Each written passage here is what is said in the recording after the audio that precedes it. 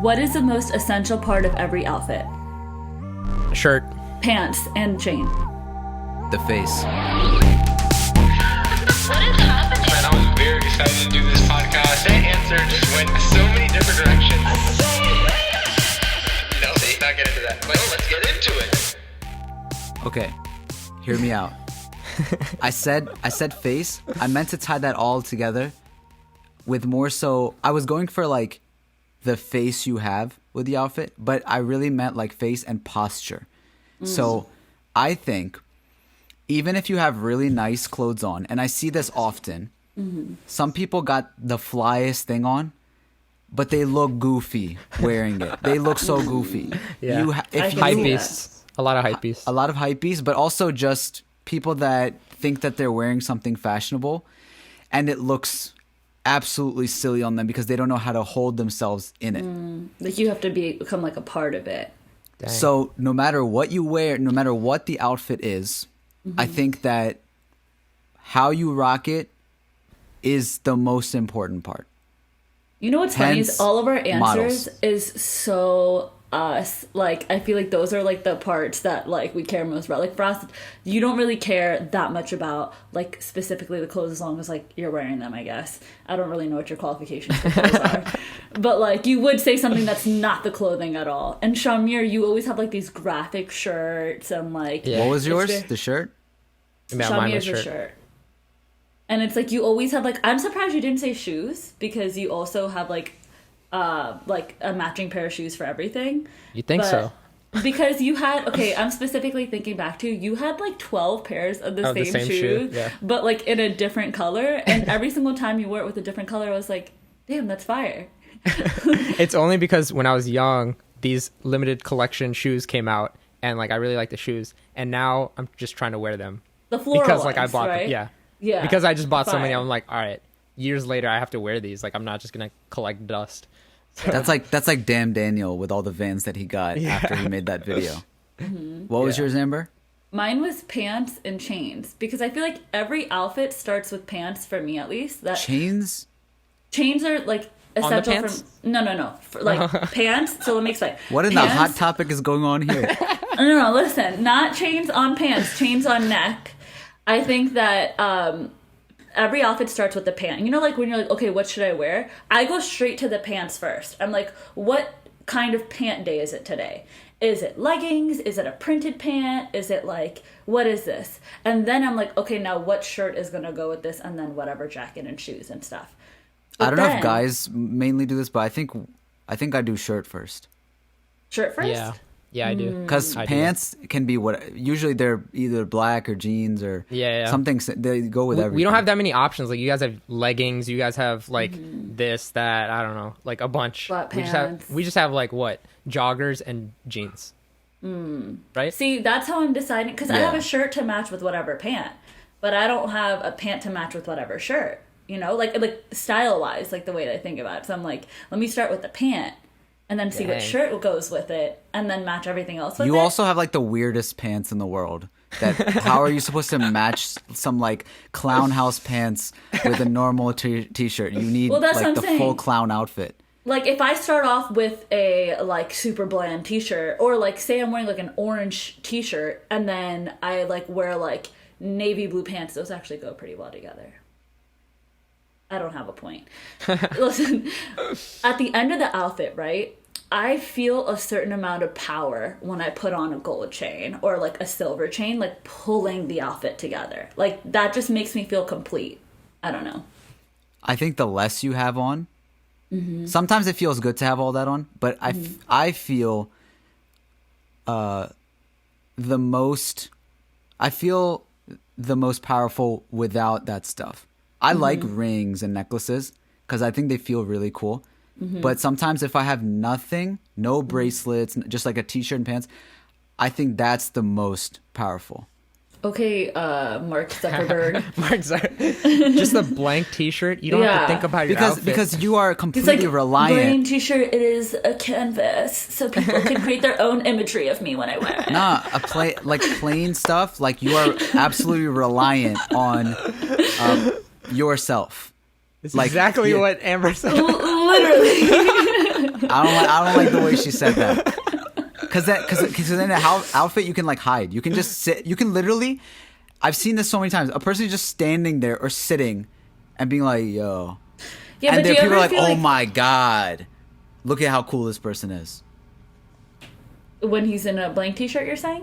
No, in like a full outfit, like Yeah. glasses, all that kind of stuff. They can literally just stand there, and people Yeah. would be like, "Yo, so like, what do you Sick. do?" I think the importance of like wearing a full outfit, and when you like, you have simple days. For me, those simple days are, if I'm at the gym or running errands or whatever, and I feel good in that.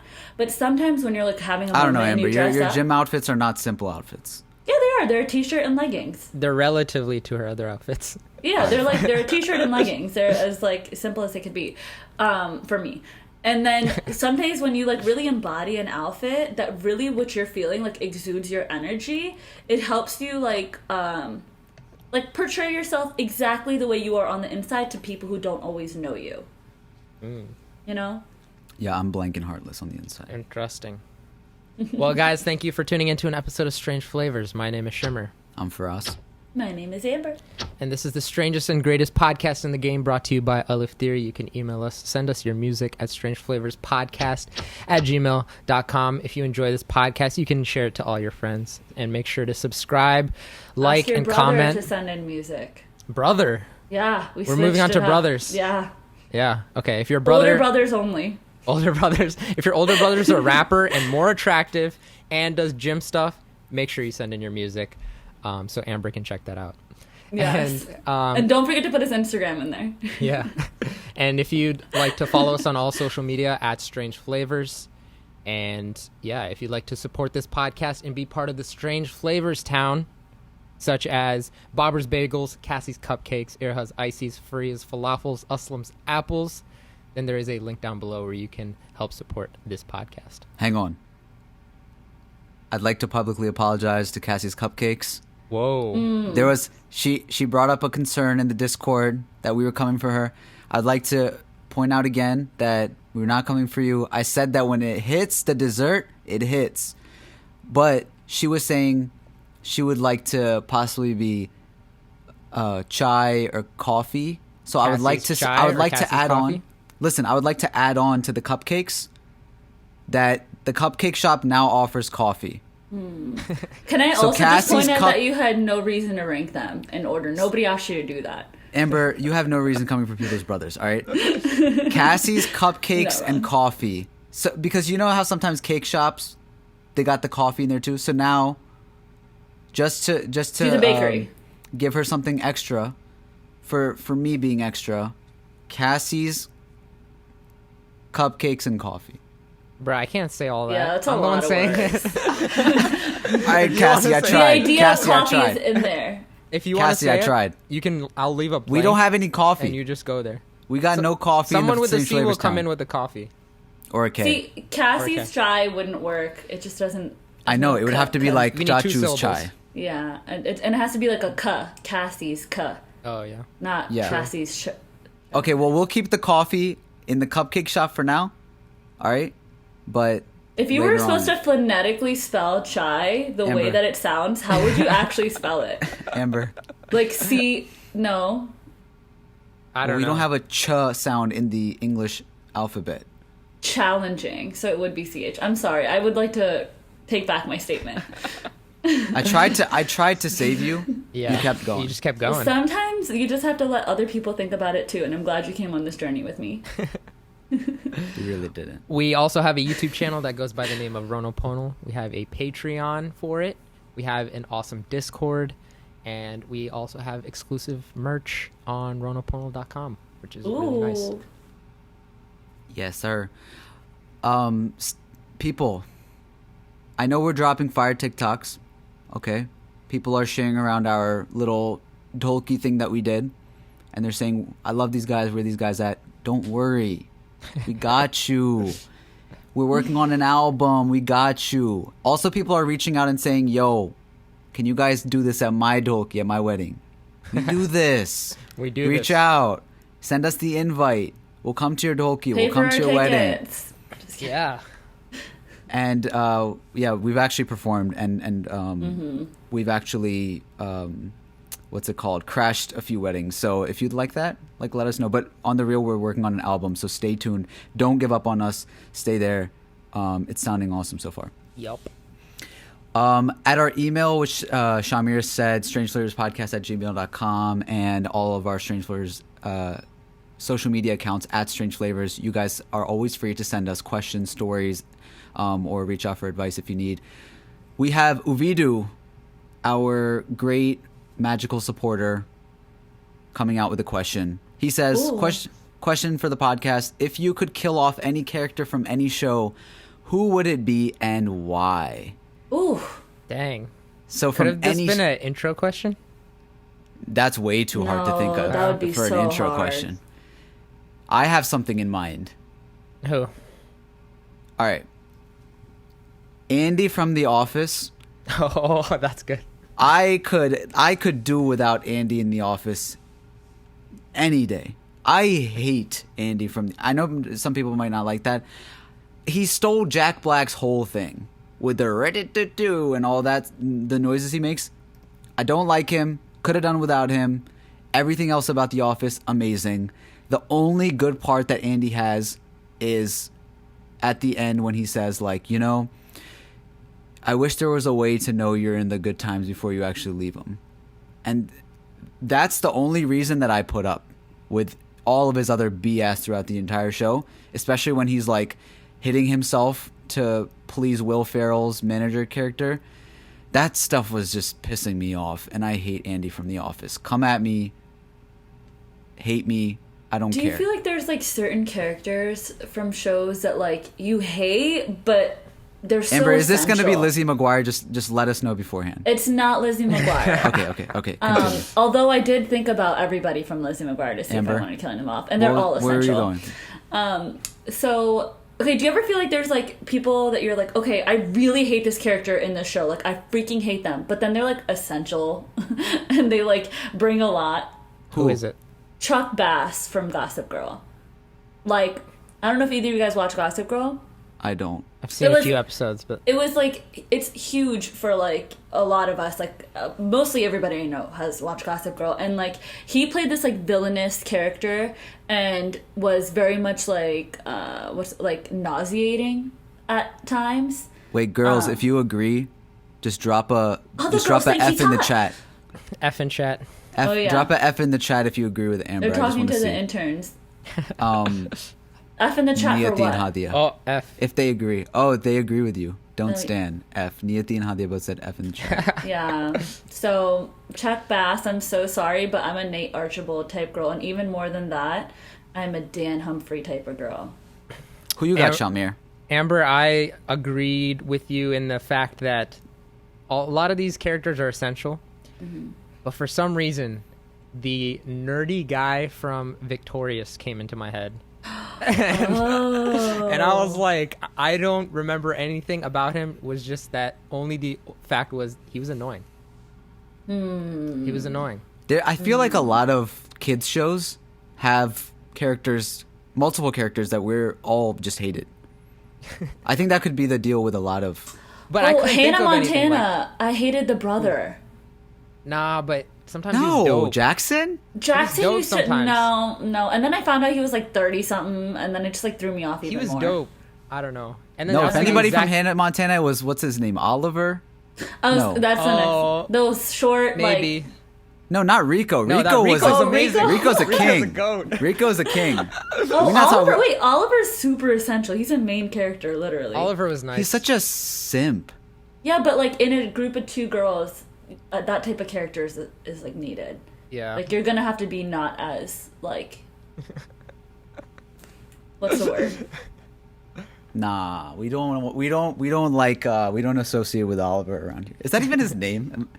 Or am I just like thinking I think that it's that's Oliver. his name for some? I think Okay. it's Oliver. Yeah. I don't know. Yeah, no, that's a good question. I think there's a lot of I want to hear from you guys and Uvidu, especially you. Like, Yeah. drop us it know in in the the comments. Discord, Yeah. or the Discord, comments. That's a good question. Shah-Ameer, you had quite a day yesterday, my guy. Oh my Yes. gosh. I'm still recovering. My man has been streaming on Twitch for weeks. of his video game content, of him making music, and just hanging out with different supporters, killing it, very consistent on that, building a great fan base. Yesterday, for the first time, decided to do a charity event for the Twitch stream. The goal was $50. Yeah, I set a goal of $50. How much did you raise? $1,057.48. Come on. Wow. Come on. Come on. Wow. This guy.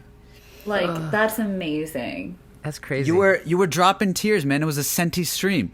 Dude, I cried. I heard he was crying, and I had to Why were you- download a Twitch app. Talk to us. Why were you so emotional in other people raising money for this? By the way, it was for direct relief. Yeah. Why were you so emotional of other people raising money, not for you, but for another cause during this Twitch stream? I think, like, I don't know. There's just like a lot of money going out in the world right now, as you can tell, like in the atmosphere and stuff like that. And for like such a small stream, and I've been only streaming, like you said, for like probably like 3-4 months now, and my expectation was really low, $50. And so I was like, all right, maybe we'll hit it by the end of the night, you know. But we hit $500 in 20 minutes, right? And these people have supported everything I've done past couple months, past couple years. And the fact that I put, you know, my attention to this cause, direct relief, to help people that are in need, they just blew everything out the gate, like everything out. And for me, this You're is not like gonna start crying again, are you? I'm about to. It's okay. For me, this was like one of the biggest achievements, right? We've hit 1,000 subscribers. We've hit, you know, 30,000 subscribers. But that's like kind of for us. And anything that we do means nothing if it doesn't help other people. And this just directly helps other people. So to me, this is like a huge achievement. And it shows how legitimate my stream is. Everyone, how valuable they are when they come to the stream. It proved a lot to me. It proved a lot to people that watch that this is legit. This is legit. Like any content we've made, I've raised $1,000 with only 20, 30 people. We've done charity events before. We do this often, actually. We sell things for a good cause.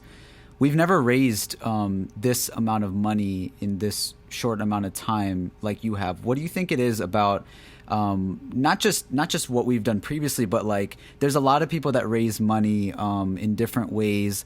You could even, you know, make a joke about the masjid not being able to raise money like as well as this Twitch stream has. But what do you think it is? The masjid's gonna come after me, dude. Yeah, you're gonna start working for them.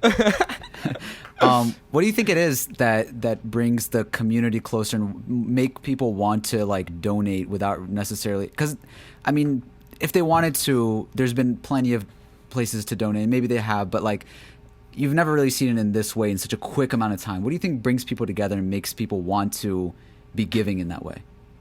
I think like the sense of genuine community, that's like one aspect. I think another aspect is gamifying it, right? We set the game of it being like, hey, $0 to $50, like we'll play this game and see how much money we can raise for this good cause. Mm-hmm. And then I think people started raising, like the first $20, I started freaking out. To me, that was a lot. I was like, holy crap, this is $20. Did you set 50 so there. that it could be hit above, or was that like, okay, let me be realistic, or what? I was like, being why realistic. Did you set that 50? Well, because I thought, you know, maybe we'd hit 50. To me, that was a lot, right? Mm-hmm. And I was like, I don't want to be like, oh, 500, and then like get $75.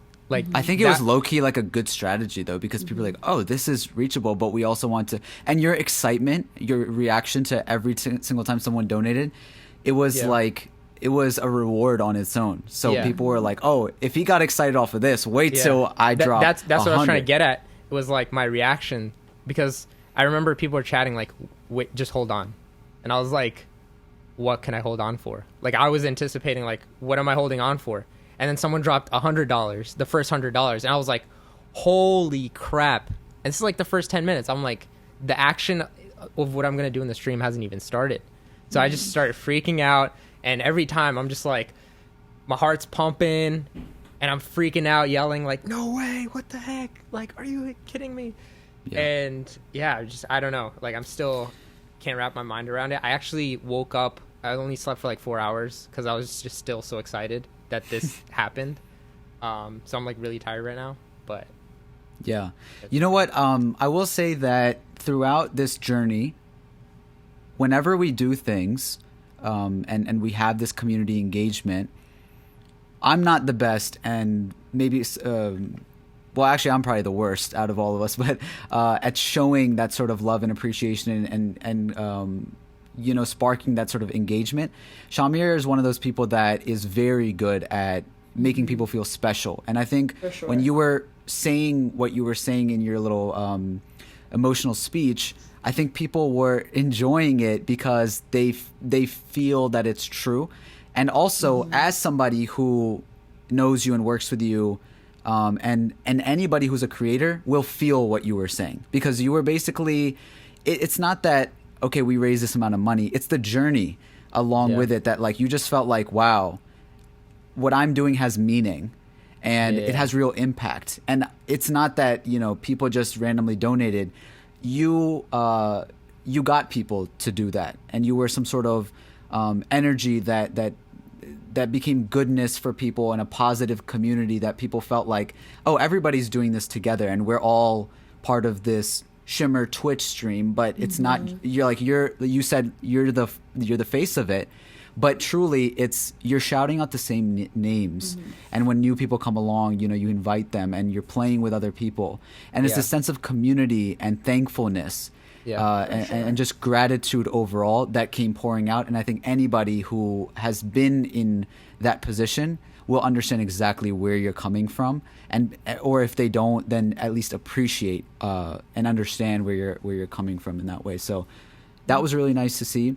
I will say that just from watching that, and the next day seeing what was going on in the stock market, I actually got like kind of this like reawakening, basically, because I often feel this way. But if you don't know what's been happening in the stock market, like basically the people and specifically like the Reddit community was gonna, you know, take over and like shove these big Wall Street tycoons down and these hedge funds who want to bet against you know, these people who don't know as much about stocks. And a lot of people got involved in specifically the GameStop stock and making it go up, and everyone felt like they were going to get rich.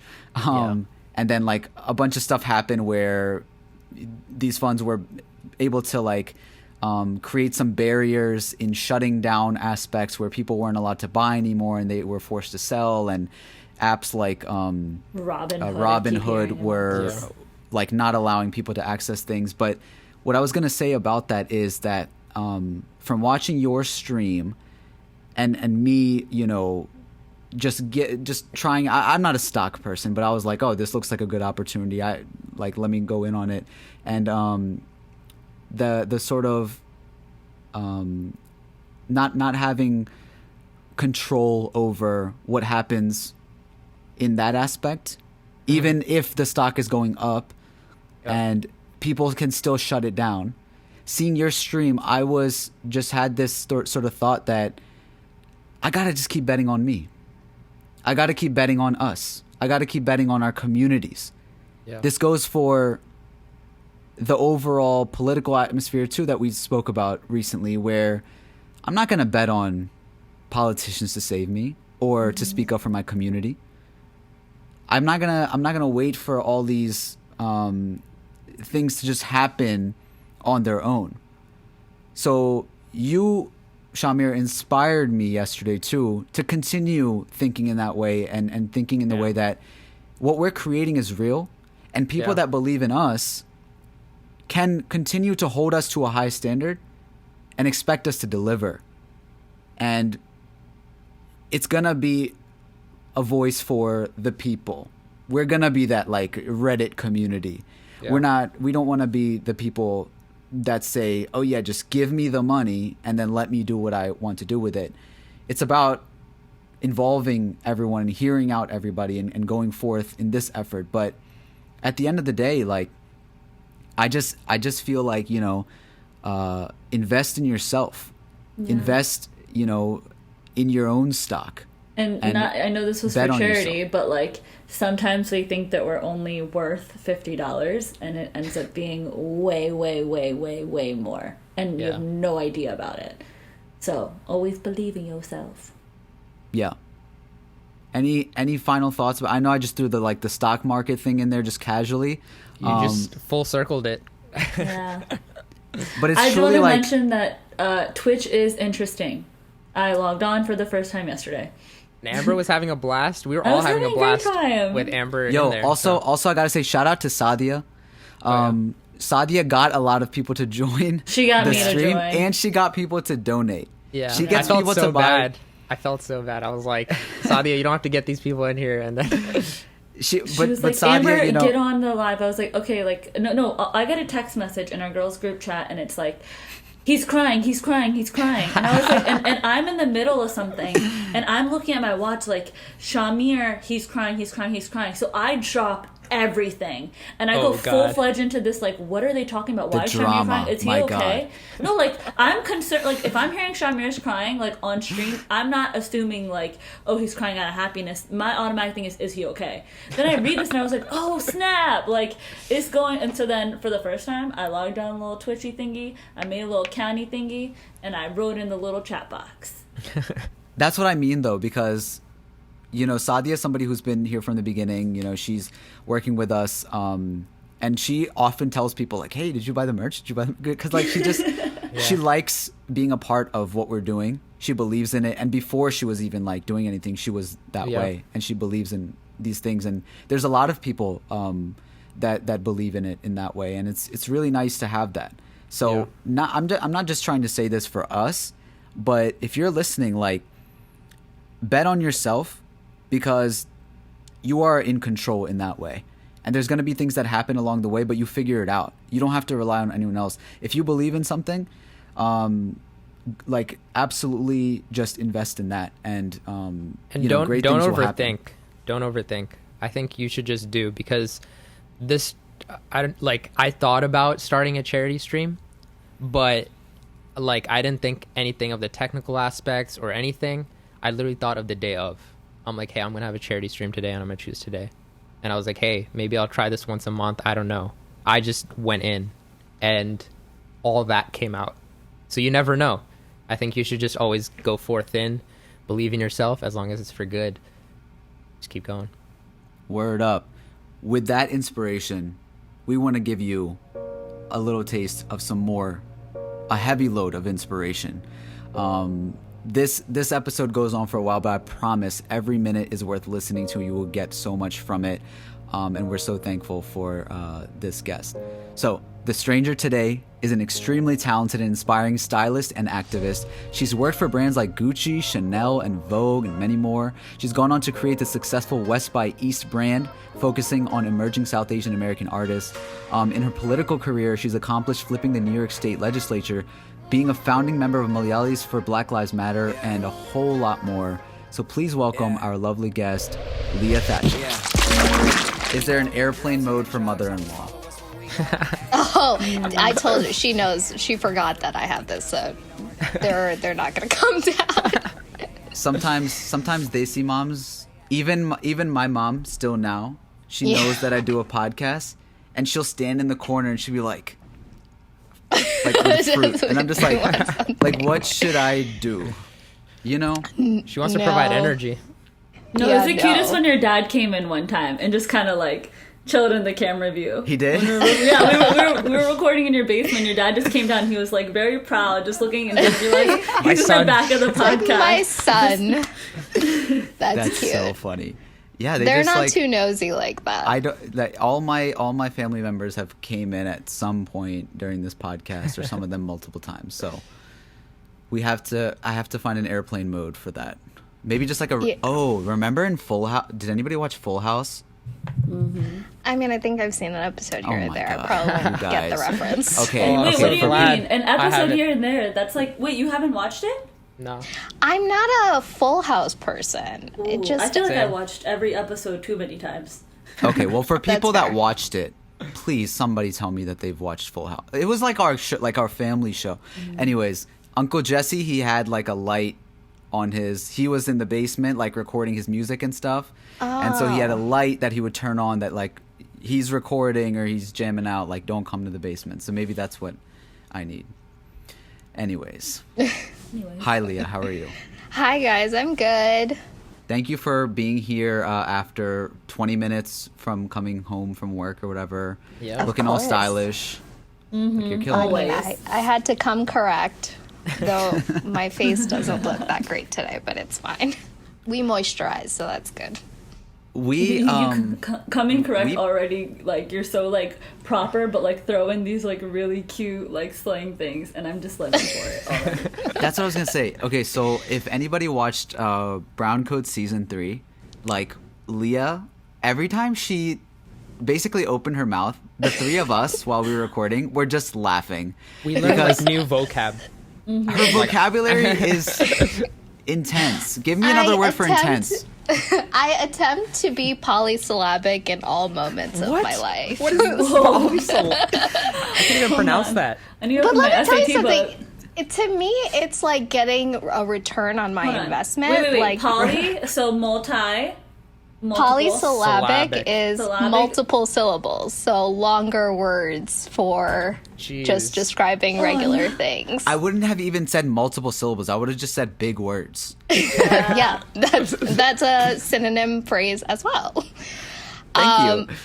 But It's amazing because you're so happy and positive and just throwing this out casually and like, do you ever you talk like this like all the time? Yeah. Yeah, this is my. Do mode people of ever speech. look at you like I have no idea what she's saying? You know what? There's been a few times that I've said something, and my husband 5 minutes later be like, "I don't think they understood you. You might want to rephrase that." And I get that a few times, but generally I'm like hyper aware. I don't know. The three of you really bring it out in me. I feel like I have to like. Oh, you're step it saying up so we're some- just dumb. We're so dumb. You're like, you bring it out because you don't understand me. No. Let me tell you what's really going on, Leah. People pretend to understand what you're saying to seem like they're at the same level as you. We're just accepting that we're not. Yeah. That's what's happening. Well, see, that's what I appreciate. I mean, I'm sure there is a degree of falseness, but I don't.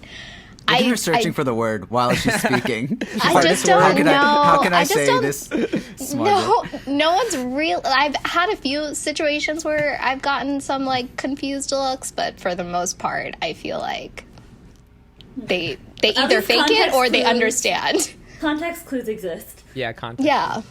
Yeah, for sure. During Brown Coat, you had a lot to say about dating advice and brown F boys and those topics. Recently, well, really since this podcast started while Amber's been on it, she loves and we love when she shares her dating stories and her experience on these apps. Mostly because we're laughing at her. But it is a little bit sad to a I degree. mean, it's like TV show episodes whenever Amber brings up something. And I'm like, how is this real? It's entertainment. Why is it sad? What do you mean? It's not even just entertainment; it's the average brown girl's experience on these apps.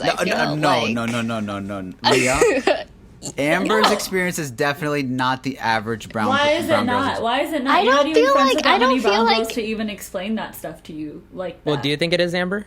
I would 100% say that like me and Dang. a lot of my girlfriends like very much mirror each other's experiences. I'm just very open about it and I'm like Yeah. upfront about it. Okay. Like I I don't agree. care to hide Maybe like it. how guys are, but definitely not like. There's just not a way that everybody wants the same thing. Like that's just not Yeah. true. So, like all like- brown girls do not want the same thing. No, for it's, sure, I don't but think their it's. experiences with other Yeah, I think Okay, sure. the interaction. So I'm like a longtime fan and listener, and bullied my way onto this podcast. But This is a fact. I've listened to Amber's stories, quite a few of them, and honestly, I've heard girlfriends say very similar things. So I don't think it's Wow. like out of Hashtag pocket. relatable. I think it's pretty average. I think it's great she talks about it so that they don't feel like they're crazy, right? So there's a lot of things that I feel, you know, brown women experience that is insane to the average person, but to us it's like, well, this is just what we gotta, these are the cards that have been dealt to us, you know. And it elevated because I had never been on dating apps before, but I did as of 3-4 months ago, and I often think about you because you're the first person that I've ever heard of in my life that has said somewhat of a success story, but you have an app success story. I do. I met my husband on Bill Mill. Yeah, we met on Bill Mill. We were some of the first users of Bill Mill because we met in 2015. And at that time, like, there wasn't that many people on it. It was free then, too. I think you have to pay now. You have to pay for now? Bill Mill. Oh, Yeah, cool. there's some sort of like, it's almost like Shadi. There's like the free one where you have to deal with a bunch of crap, and then there's like the paid one. Some of my girlfriends that are like searching for spouses have told me that you have to pay, which I thought was appalling. I'm like, you have to pay? Like, what? I didn't pay. But my husband and I, he was my one match at a time. Sorry, my internet's slow. Oh, maybe that's what the free version. Oh, that's crazy. Yeah, Anywho. so you can only view one match at a time, and then you can't view any of the other matches unless you buy it. So I was like, I'm not buying it. I'm just going to view one match at a time. Oh, But I would assume that if you're like eagerly looking for somebody, you would pay for it. Yeah. I mean, I've been pushing my sister-in-law to get on Bill Mill, mainly because I just want a wedding to plan. That's really my only goal out of this. But, you know, she was like, no, I don't, it's like you have to pay like $20 or something. I'm like, what? I'll do it for free. Like, I will just figure that out for you. But yeah, my husband and I were each other's first match on Bill Mill. First match. Yeah, we were each other's first match. He signed up because his buddy made him sign up together with him. He like, at the time, Jeeves was Denny's very good friend. They were like the two single ones in their friend group. So Are you sure you guys weren't the only ones on the app? I like, honestly, we might have been. It's like He's looking at the app. He swipes. He's like, Liya, I don't know. Liya, all right, she looks a little better this time. Yeah, it's like you see the same person. I remember there was only like 5 guys like on. I was living in Brooklyn at the time too, and a lot of the guys, like the Indian guys, lived out in the suburbs. Like they lived in Westchester or Long Island. I'm in New York, so you know, so because of like the radius or whatever, I guess a lot of guys didn't show up. But for Denny's work at that time was near my apartment, so I think that's how he showed up on mine. So yeah, we were each other's like first matches. But I didn't even sign up for Dilmo. My brother was visiting me for Christmas, for like Christmas break, and he signed me up. And he was like, you have a very sad spinster life. You need to date someone. So that's how the app ended up on my phone. And then I was like, fine, let me like look at this thing, and the rest is history. So yeah, we met in 2015 and we got married in 2017. So worked out. That's incredible. I think also maybe you had less options. You were first on the stack. No. No diss to either of you. I'm just saying that the more options we have, the abundance of, you know, all these different apps and ways and just really just like expectations based off of what we hear and see. Let me use my big words. You get choice paralysis. Yeah. Oh snap! That's a good one. That's a good one. You didn't think that we used big words? Yeah. You didn't think that we were polysyllable? I have faith. My connection was cutting off. That's why I couldn't finish. Utmost faith in your intelligence and capabilities. So I did not doubt you for a moment. But I think it's also a choice paralysis. But also, you know, it's curious too. I'm a proponent of dating apps because my husband, I would have never met him if it weren't for Dil Mill, because he's older than me. We run in completely different circles. Like literally, we're both Malayalis. We're both from Kerala. Our families are from Kerala. We're both Malayali Christian, but we literally have zero overlap in friends. There's no one in each of our circles that knew of each other. So there would have been no scenario in which we would have met if it weren't for Dill Mills. So that's what I always tell like the single folks in my life. I'm like, it's an opportunity for you to meet someone that you would have never met otherwise. Like, I guess there's also the overwhelming choice factor, but you know, I think because our communities are so small, we kind of assume we know everyone, but we don't. There's like a whole other world out there. But I think you should stay on the Mamber, you know, find your Mr. Right. Listen, I'm already off. So, Liya, before we even started this, you said that one of the main things that you try to do is just like not box yourself in. So take us back to, you know, when you started your journey about you're into fashion and you're into politics, but like where do things start off for you in exploring your career path? Yeah. Well, I have to start when I was 18. I've always been a pretty, I guess, out-of-the-box thinker. My dad was always really encouraging of that. I think he just thought it was kind of interesting that I came up with all of these crazy ideas, and he very much fostered that in me. I grew up in suburbia Chicago, and my only goal was to get out of there. I was like, I don't know what I need to do. I don't know where I need to go, but I do know that it's not here. There's a lot of corn. Why though? Well, when I was growing up, my parents moved out to Tinley Park, and at that time, the population was 99.9% white. Cool. And I grew up being the only, and I don't exaggerate this because I actually double-checked recently, but I was the only person of color in my entire school system. Like, we didn't have any teachers that were not white. I didn't have any classmates that looked like me. So I grew up in a world where I was always the odd one out. Like, I always stuck out. Like, there was no way for me to blend in. Like, my skin is my skin.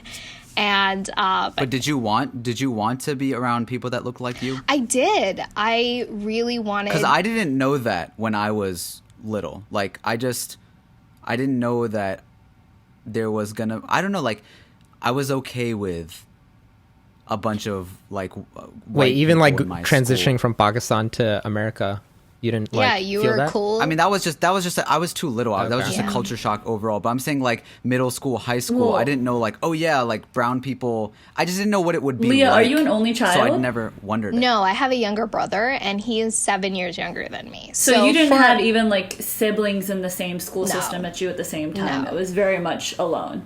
Yeah, we were always like two separate school systems apart at all times. And So it's not even like you had like somebody look like you that was even your own That's family. scary. yeah, That's yeah. scary. And we didn't have any family in the States. My parents were like the only ones in Illinois. My dad's sister lived in New Jersey, but we didn't have any family.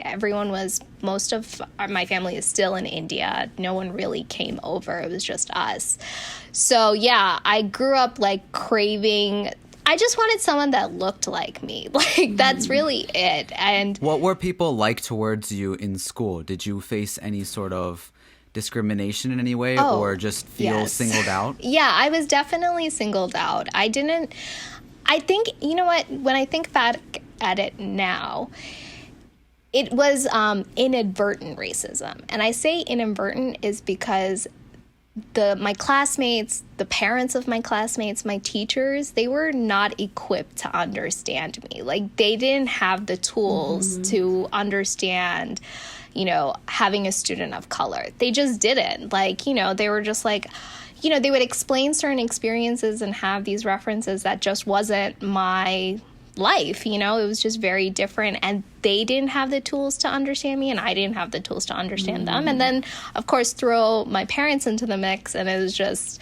you know, you just kind of end up being a little bit of a loner, and I am a loner because of it. Like, naturally, I'm totally fine spending time on my own because of my early experiences. And it's inadvertent racism in that they didn't understand what being an Indian was. Like, there was a lot of like confusion with Native American and South Asian, and I was also like 8. I can't sit there and explain to them the subcontinent. They're the ones who's supposed to be teaching me that. Like, it's not, that's not my job, but it ended up being my job. So I feel like kids that have had similar experiences to me, you either go one of two ways. You either really go gung-ho for your culture and wanting to know more about where you come from and your roots, or you just try to assimilate. I realized I wasn't gonna assimilate because I wasn't accepted. I don't want to necessarily route it to just my skin color. I think a lot of it is just everything from what we were watching at home on the weekends, which was Malayalam movies. I'm South Indian, and the food that I ate. Like, there was no relatable points. Like, we had no shared experiences. I wasn't on the soccer league or any of these things where even my parents could be like, oh, let's meet these other parents with these kids. What type of people did you end up being friends with? I really didn't have too many friends until like middle school.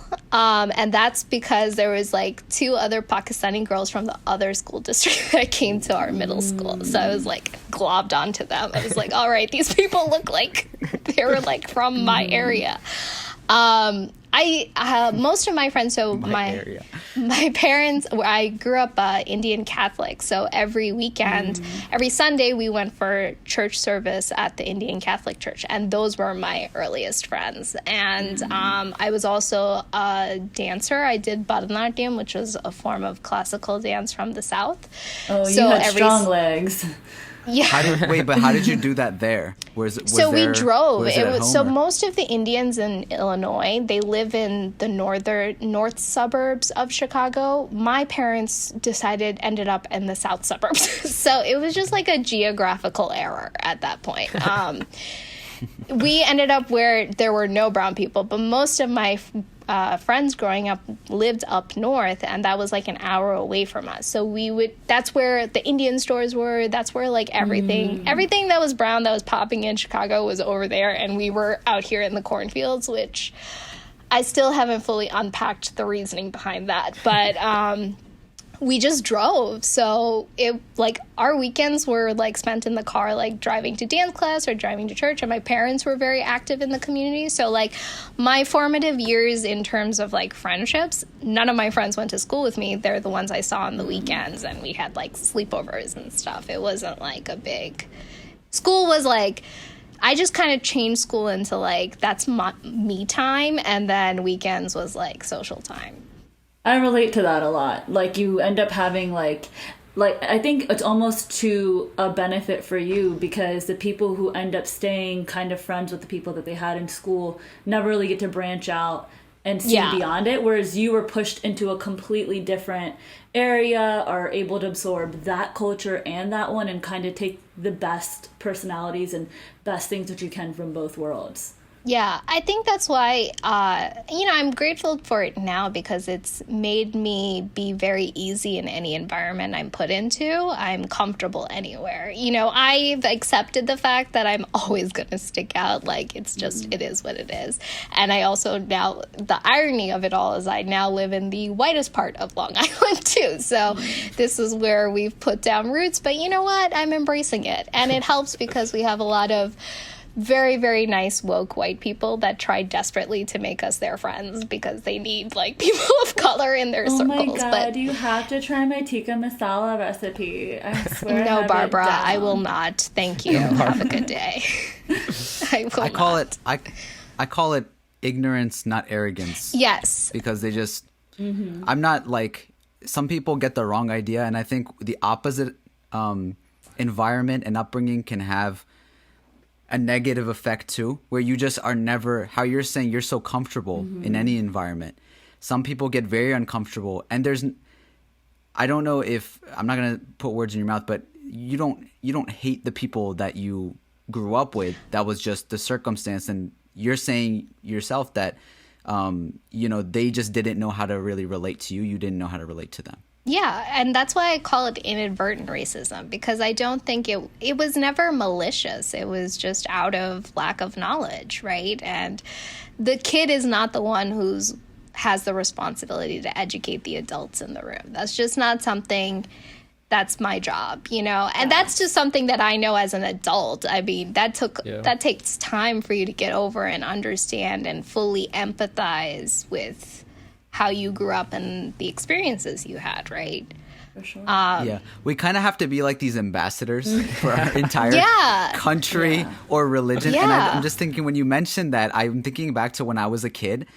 I made up so much stuff that I had no idea about my religion, about my country, about all types of things. Same. Because I felt like, oh, they're asking me this. And I was like, for example, if someone's like, oh, so like during Ramadan, like you can't eat this. And I'm like, no, like it's just like a choice. Like if I wanted to, I could eat it right now. Just like trying to fit in. And then they're like, okay, well, eat it. Eat it right now. And I'm just like, okay, who cares? And I'll eat it. And just for us, the best ones would be like, oh, you don't celebrate Christmas? And we'd be like, no, we have 2 Christmases. And it's basically 2 Eats. Yeah. Yeah. You know, sure. it's so interesting because, like, I grew up celebrating Christmas. My family is Christian. And so also, like, a lot of the folks that I knew were also other Malayali Christians.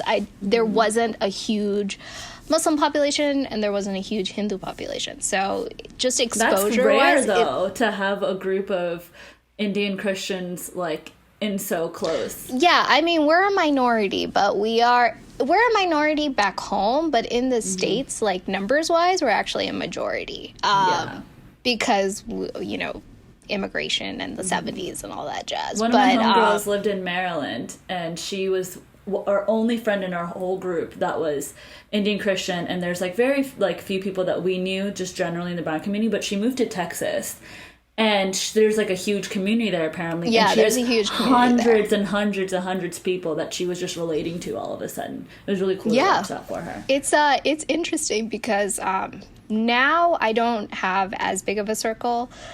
Mainly ever since I moved to New York, it's a lot more of a mixed bag of Indians that you meet.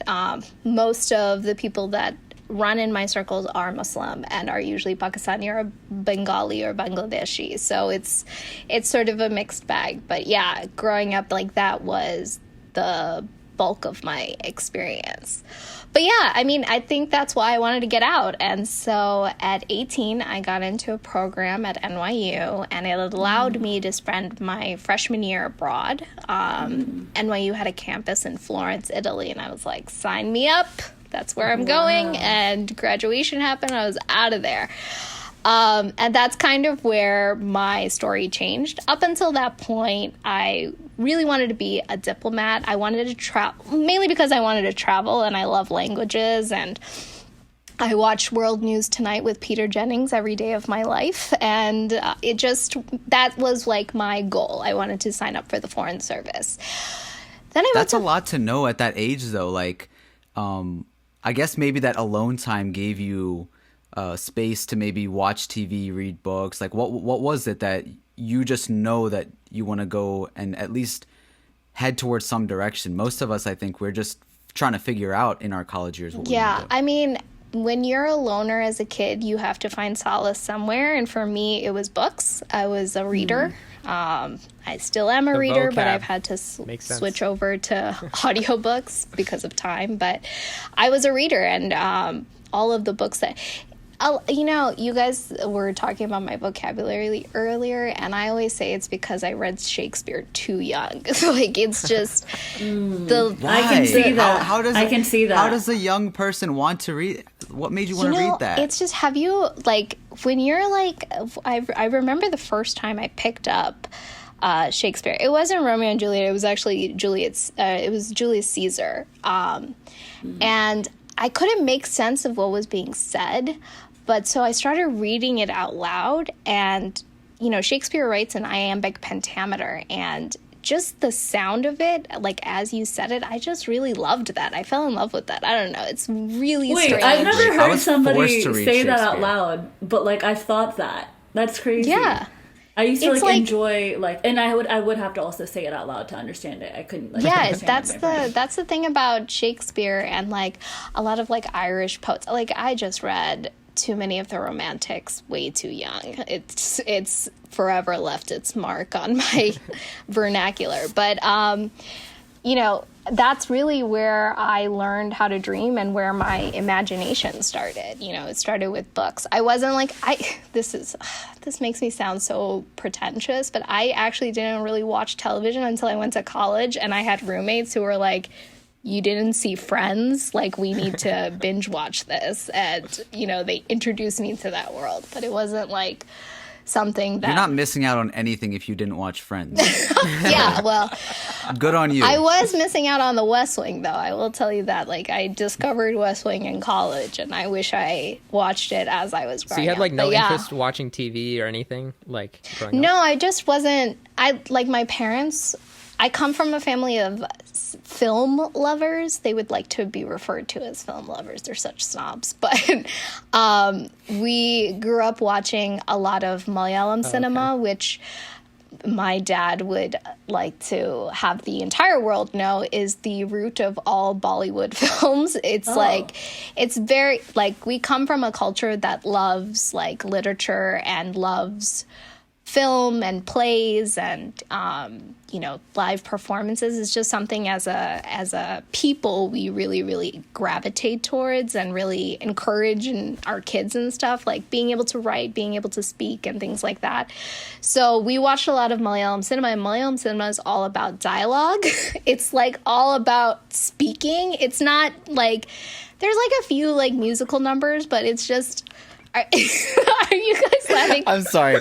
I'm not laughing at you. You're laughing at Hadia's and her... Hadia came in for a second. Sorry. She was like, you just see her hands flying. It's okay. The viewers didn't get to see it, so Okay. that was a little fun thing for us to watch. Sorry, Leah. It's totally fine. But yeah, so the Malayalam film industry is all about dialogue, and good dialogue is all about good writing. So even the stuff that I was exposed to was really just about good writing. But yeah. Yeah, continue on your story about, like, once you got to college, you wanted to be a diplomat, and then, you know, you eventually I was make a your way to politics fashion. Yeah, I was a politics major, and I found myself living in Europe at 18, and, well, I was broke, and I was a scholarship kid, so most of my tuition and stuff was covered, but the program that we were a part of was designed specifically to make you want to travel. And when you attend a school like NYU or any of those kinds of universities, you will quickly find that a lot of your classmates are very, very affluent and do not need to work and are very well traveled and, you know, have like friends in Paris and things like that. And she's saying they're rich. yes, They got money. I mean, if they ever watch this, I don't want them to think that I thought they were rich snobs, but they were great, but they had means. So for me to tag along on all of these trips, I had to come up with some cashola. So I needed a job, and the only job I could get was as a waitress at this restaurant in Florence called Acqua del Due, which is still in existence. I looked this up recently. And I was a terrible waitress, really, really bad, so bad. I hated it, every minute of it. And one day... Why? A towel waitress is bringing the hot towels? No, like, it's just, you know, carrying the plates and being worried about dropping it. Did I get the order right? I don't know. It just, I did not, and like always having to have a smile on your face. Like, what can I get you? I don't want to get you anything. Get it yourself. I don't know. It's just, it's not. Cook it yourself. It's not the profession for me. I have so much respect for those who do it and do it so well, but my God, that was not my place. But one day I was on lunch service, and the creative director of Gucci came in for lunch. At that time, their headquarters were right next to the restaurant. It was like downtown Florence, which was like a very like touristy area, but a very posh area. She came in with one of her assistants, and I spoke pretty well Italian at that time. Now my fluency is pretty gone because I don't keep up with it, but she was basically complaining the whole lunch how she needs an assistant that can write in English and like send emails in English. Ooh. And she was just Holy crap. She was just like, I just need, like, this is ridiculous. I look so dumb all the time. These people keep sending these emails grammatically incorrect or whatever. So I did not know what Gucci was, one. What? all I heard was I didn't know she was the creative director. I just knew her as this woman that's looking for someone who spoke English. That's all I knew. And I was like, I dropped my perfect English, and I was like, I'd like to introduce myself. My name is Liya. I'm a student at NYU. I speak English very well, and I understand Italian. I can write your emails for you. And I still remember Frida, like, looked me up and down. She's like, fine, come Monday. So I quit. Like, after their table was cleared, I quit. I was like, okay, thank you so much for this experience. I'm out. I got a new job. I went back, and I told my roommate, who Erzan still makes fun of me for this, and she's Turkish, but she comes from a very affluent background, and she's like, Liya, and she knows I know nothing about Gucci. At that time, my wardrobe consisted of my high school club t-shirts and jeans. And that's what I thought was fashionable. And I had like a couple of dresses that I always wore, these like really ugly cardigans that I always found. I don't know why I did that, but it was like the vibe. It was a thing back then. Yeah, it was a thing. And like you pair dresses with leggings. Remember when people used to do that? Oh, so the bad. leggings so with like the mid-thigh dresses, and then a long cardigan that matches the long length cardigan. Of the dress. And it was always an empire waist. It was doing nobody any favors. Like, it was just so bad. And she was like, Liya, if you're going to work at Gucci, you should probably get some clothes. And I was like, well, I have no money, so like just give me something to borrow. And so I borrowed something of hers. It was something basic. It was like a white shirt and black pants. And I showed up to work, and everyone there was like dressed to the nines. Like everyone's in stilettos, and it's Italian, so it's very like bodycon outfits. And I was just like, what is this situazione? And that's how I started in fashion. I started off just transcribing notes and emails and sending them to her U.S. counterparts. But Frida was such a cool boss. She really was about teaching. She, at heart, was a teacher. So she would always make sure that her assistants knew exactly what we were doing, why we were doing it.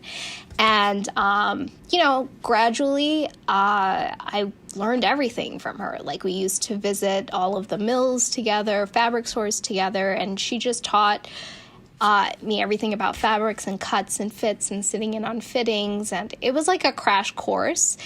And I fell in love with it. And Frida's the one who realized I had an eye, because she would always ask us about, if we were sitting in on a fitting, what we thought. And I mean, I would just say whatever I felt instinctually, and she a lot of times agreed. And that's when she realized, she was like, you have a knack for this. You should you should think about this seriously. And I just fell in love with it. It was such a crazy experience. I learned so What movie is this? You started working for Gucci. What Shakespeare play is this? I was an assistant, you guys. I mean, I graduated up to a styling assistant, and she recommended me. Jeez. She's like, you need to learn more about... A styling assistant for Gucci. It was just an assistant, guys. Like, for Gucci. In Italy. Yeah. In Italy. Yes, in Italia. It was good times when you're 18 and you have no responsibilities. Those are good days. And I was very much a fresh face because A, nobody looked like me. B, I didn't have any of the hang-ups that they had. Like, I had no preconceived notions or understandings about anything, so I think it allowed me to be authentic, and that worked in my favor. Like, it was one of those things where I didn't know anything, so, I can always chalk it up to, oh, sorry, didn't know. Like, I just kept it moving. But then she recommended me for a job at Chanel. She was like, you need to know couture if you're really going to do this. So I worked for Chanel Couture in Paris that summer after freshman year. And I worked with most of the Middle Eastern clients. That's when I realized all of the European houses need the East to stay alive. That's who's buys their stuff. That's who spends the most money. That is their most loyal customer base. Like, they don't have the old clientele of like European aristocrats anymore because nobody exists, So it was a really eye-opening experience to see how that world worked and learning about it and watching like Karl Lagerfeld at work. I mean, I was able to see what he does for clients, how he sketches and how he drapes and how he fits. Like, it was a great experience, it taught me so much. So, I know a lot of people. That's incredible though, that like you basically were not looking for this. Yeah. It kind of, fell in your lap, and then you took the opportunity, and then now you're going on, starting at Gucci, going over to Chanel. You said that you've also done Vogue and Vanity Fair. Yes. How did all of these opportunities just continue to line up? And like, what was it like, getting not only yourself, but your family and everyone on board with like, is this what I'm doing the rest of my life? Yeah, I think it was really difficult for them to understand it, because I think I had prepped them for one life. Like, they had known that, she probably won't be in Chicago. She probably will be living in some foreign country, Okay, cool. They had a few years to like understand and digest that. Then all of a sudden I threw this fashion thing at them, which I remember my mom being like, but you dress so terrible. Like, what? And I think a lot of the folks that know me from growing up, like, to this day, they find it crazy that I had anything to do with fashion. I'm telling you guys, like, some of these moments I had growing up is, like, so cringe. But, it was always in me because my mom is incredibly stylish, and she taught me the art of dressing up. And, now as an adult, when I like think back to my life, I realize that the reason I have my eye, the reason I, took to it so well was because of how my mom was. She had impeccable taste, and she didn't approach dressing the same way as all aunties that I knew at that time did. And she was someone that always turned heads when she walked into a room. And she did it very simply. She was not like a flashy dresser. She too had an eye, right? Like, that's when you learn, like, style, you're born with it. Either you have it or you don't. I hate saying that, but. No, but you can tell, Liya, because now that you're explaining all this, it makes a lot more sense. But looking at the things that you've done, it's not like, okay, like, I'm just gonna match colors and like make it go, or like I'm gonna keep it like this is supposed to have like a like Bollywood flair, so let me put like all this jewelry on and like put it all on. Like, you have a good way of syncing all of the worlds together and putting it together in a way that's so unique that honestly not a lot of people would think of that way, and then it works so well. Like, it is so like aesthetically pleasing to see it. Oh, I appreciate that. Thank you. I try to, always be aware of balance. That's like my number one rule when it comes to styling. I feel like, I'd say this all the time too. Like, I'm very old school in how I approach styling. There's a whole new generation of stylists who are incredible. Some are incredible, some are not that great. But there's this whole generation that, has emerged that they didn't go through the things that I've gone through. They haven't learned from the folks that I've learned from, which I acknowledge is a total privilege of mine, because not many of us get those opportunities or those doors open to us. And, it was open to me. I took it and I ran with it. But I think there's a huge difference in how we approach things and how we approach style. And when I say that in terms of style, you're either born with it or you're not, the one thing I love about that is it has nothing to do with how much money you were born with, right? Like, that's what I love about style. There's something so uniquely fair about that, I didn't come from like knowing what a Birkin is. Like, I had no idea, but I know how to nicely wrap a scarf because my mom used to have one. Like, it's just, it had nothing to do with our bank account. It had everything to do with how your eye was. And I just like that component of style. That's just something that I think also you're not, you're saying that you're either born with it or not. I think that's true to a degree, but also I know that from my experience with, for example, my sister and I, we just do things a certain way because my dad, he has a very artistic background and he's well traveled, but it's that sort of education that it's like we might know how something is supposed to look, but he knows the reason it's supposed to look that way. Right. So he knows that, oh, this is, German architecture, or like this is Italian fashion, or whatever it might be. And now, as his kids, we'll just kind of copy the things, as you're saying with your mother, because aesthetically it feels correct. Right. And growing up, we'd always we might do something a certain way in our rooms, and my dad would come in and just be like, no, that's wrong. Yeah. Like the table needs to be on this, there needs to be this much space between this and the window, and like all types of things that we just it was just embedded in us. Yeah. So the combination of you can be born with, because my brother, he's like a total hype beast. So he's not, he would say that he has an aesthetic. He doesn't.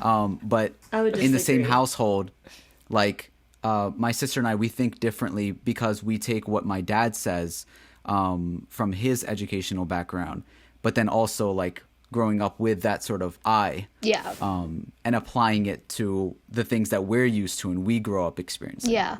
I love that you said that because, I don't know if I know some of you follow me on Instagram, but I've been starting this whole gardening journey, and it's very time consuming because you have to plan it out. But I'm Plan it obsessed out. with it. Right? Plant it out. But I was explaining something to Denny about dahlias. I had just read something about them. I was like, Denny, so there's this. He's like, why are you so into this? And I was thinking about it, I'm like, because my mom loved doing this as well. We always had fresh flowers in the house. My mother-in-law always talks about this because I am a stickler for having fresh flowers in the house.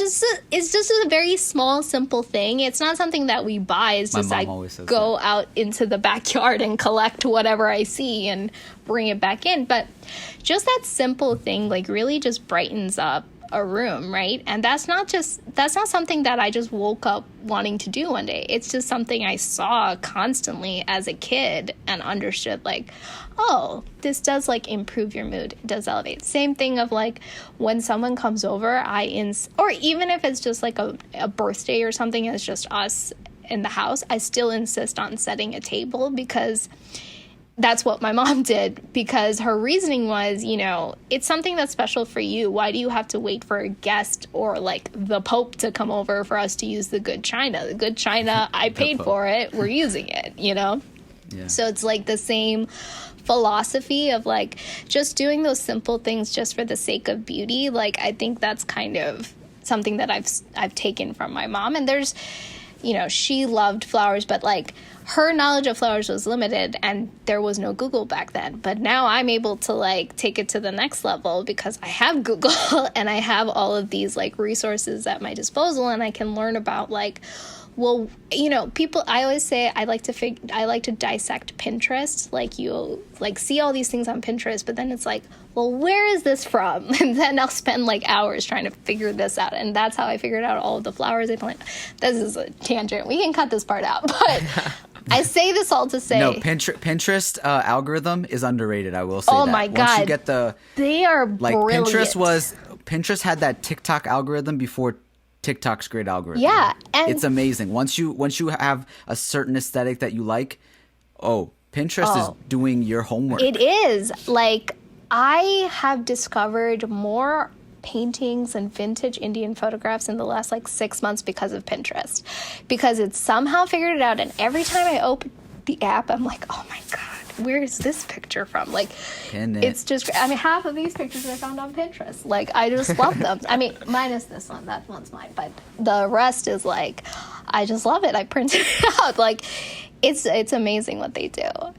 Yeah. But okay, so you had all this great experience working for these huge brands, and then you go on to eventually start your own, West by East. Mm-hmm. Talk to us about that. What's the meaning behind that? How did you eventually start that? So West by East really came about. So it's me and my co-founder, Tanya. Tanya and I actually grew up together. We danced together, and our moms worked together in Chicago. From Chicago? Yeah. Okay, nice. Yeah, but we weren't friends growing up. Tanya was my bully growing up. She loves No way. She loves when I tell this story, but like we were in the same dance class and she was just this like chubby terror and I was this like nerd who like had very poor social skills. And so it was not a match. The movie continues. It was a classic story, but we both like went on our separate life journeys and she also ended up getting into fashion as well, and we both came back to Chicago around the same time where we were both figuring out our next steps and we knew we wanted to do something. So both of our backgrounds are in luxury fashion. So when we first started West by East, the goal was to bring more Indian designers to the US and expand that market. But then as we started working on this, a lot of our family and friends were starting to get married and they would be calling us up and being like, hey man, I don't know where to get my bridesmaids outfits. I don't know where to get my wedding, sorry, like, can you help me? And we'd always be like, oh, we're so sorry, but we only deal with designers, so we can't help you because your budget isn't designer. Oh, so terrible now that I think about it. One of Tanya's girlfriends is still mad that we weren't doing this when she got married. Then I got engaged. And though your girl was slinging Sabyasachi lehengas, she did not have Sabyasachi budget. So that's when I realized, and Tanya and I both kind of realized, oh, there really isn't so many options in the States. It was either one of two extremes. It was either super cheap crapola that you got on one of those websites, or the other end where it's either super overpriced old stuff that you find at your local desi stores, or you get some aunt in India and get someone to bring it over that, again, you wouldn't have seen, and it's just like through WhatsApp. Or there's I call them the WhatsApp tailors, the WhatsApp tailors of the world, where you like are texting them and they're just like, Madam G, it'll be another 3 weeks. And you're just like, okay, this is not going to work out for us. Not professional. Not professional. Not according to any schedule. No, and there's no transparency. There's no, like, it's very stressful venture. So because prior to starting West by East, I had been doing this personal shopping business and I was living in India and I had wonderful relationship with the designers, but I also had wonderful relationship with the tailors. And a lot of the big houses work with subcontractors for like smaller orders. So I reached out. We decided to sort of recreate the experience that we used to experience on the luxury side for everyone, which is getting an illustration of what your design is going to look like, getting fabric samples, getting trim samples, and just picking it, and then getting measured and getting your outfit made. So we tested it out with my wedding.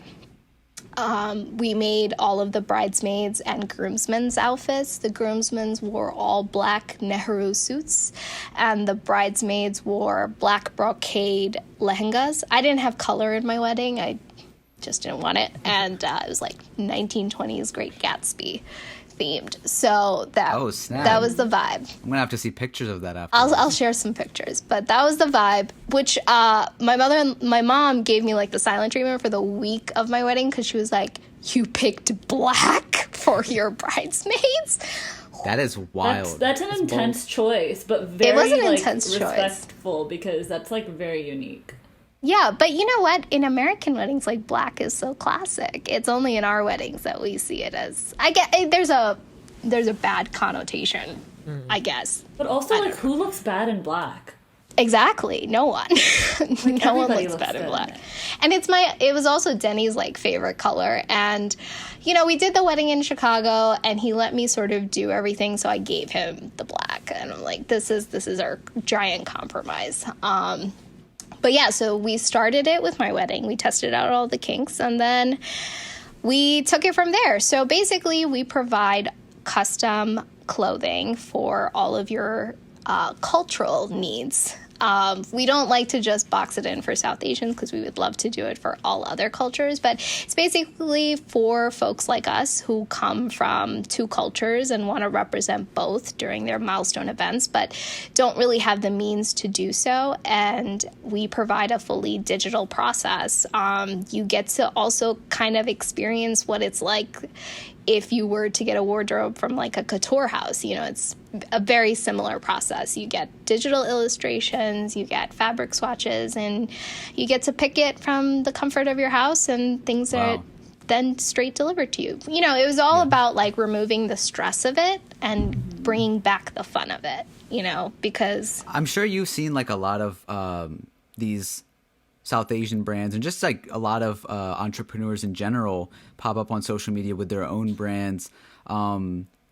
Your experience and your journey says that whole process of going through the pros and literally getting to use their resources helped you launch your own brand and make it successful. Do you think that that was necessary for you to get to where you were? And, you know, what are your thoughts about people that skip out on that process or don't have access to that process?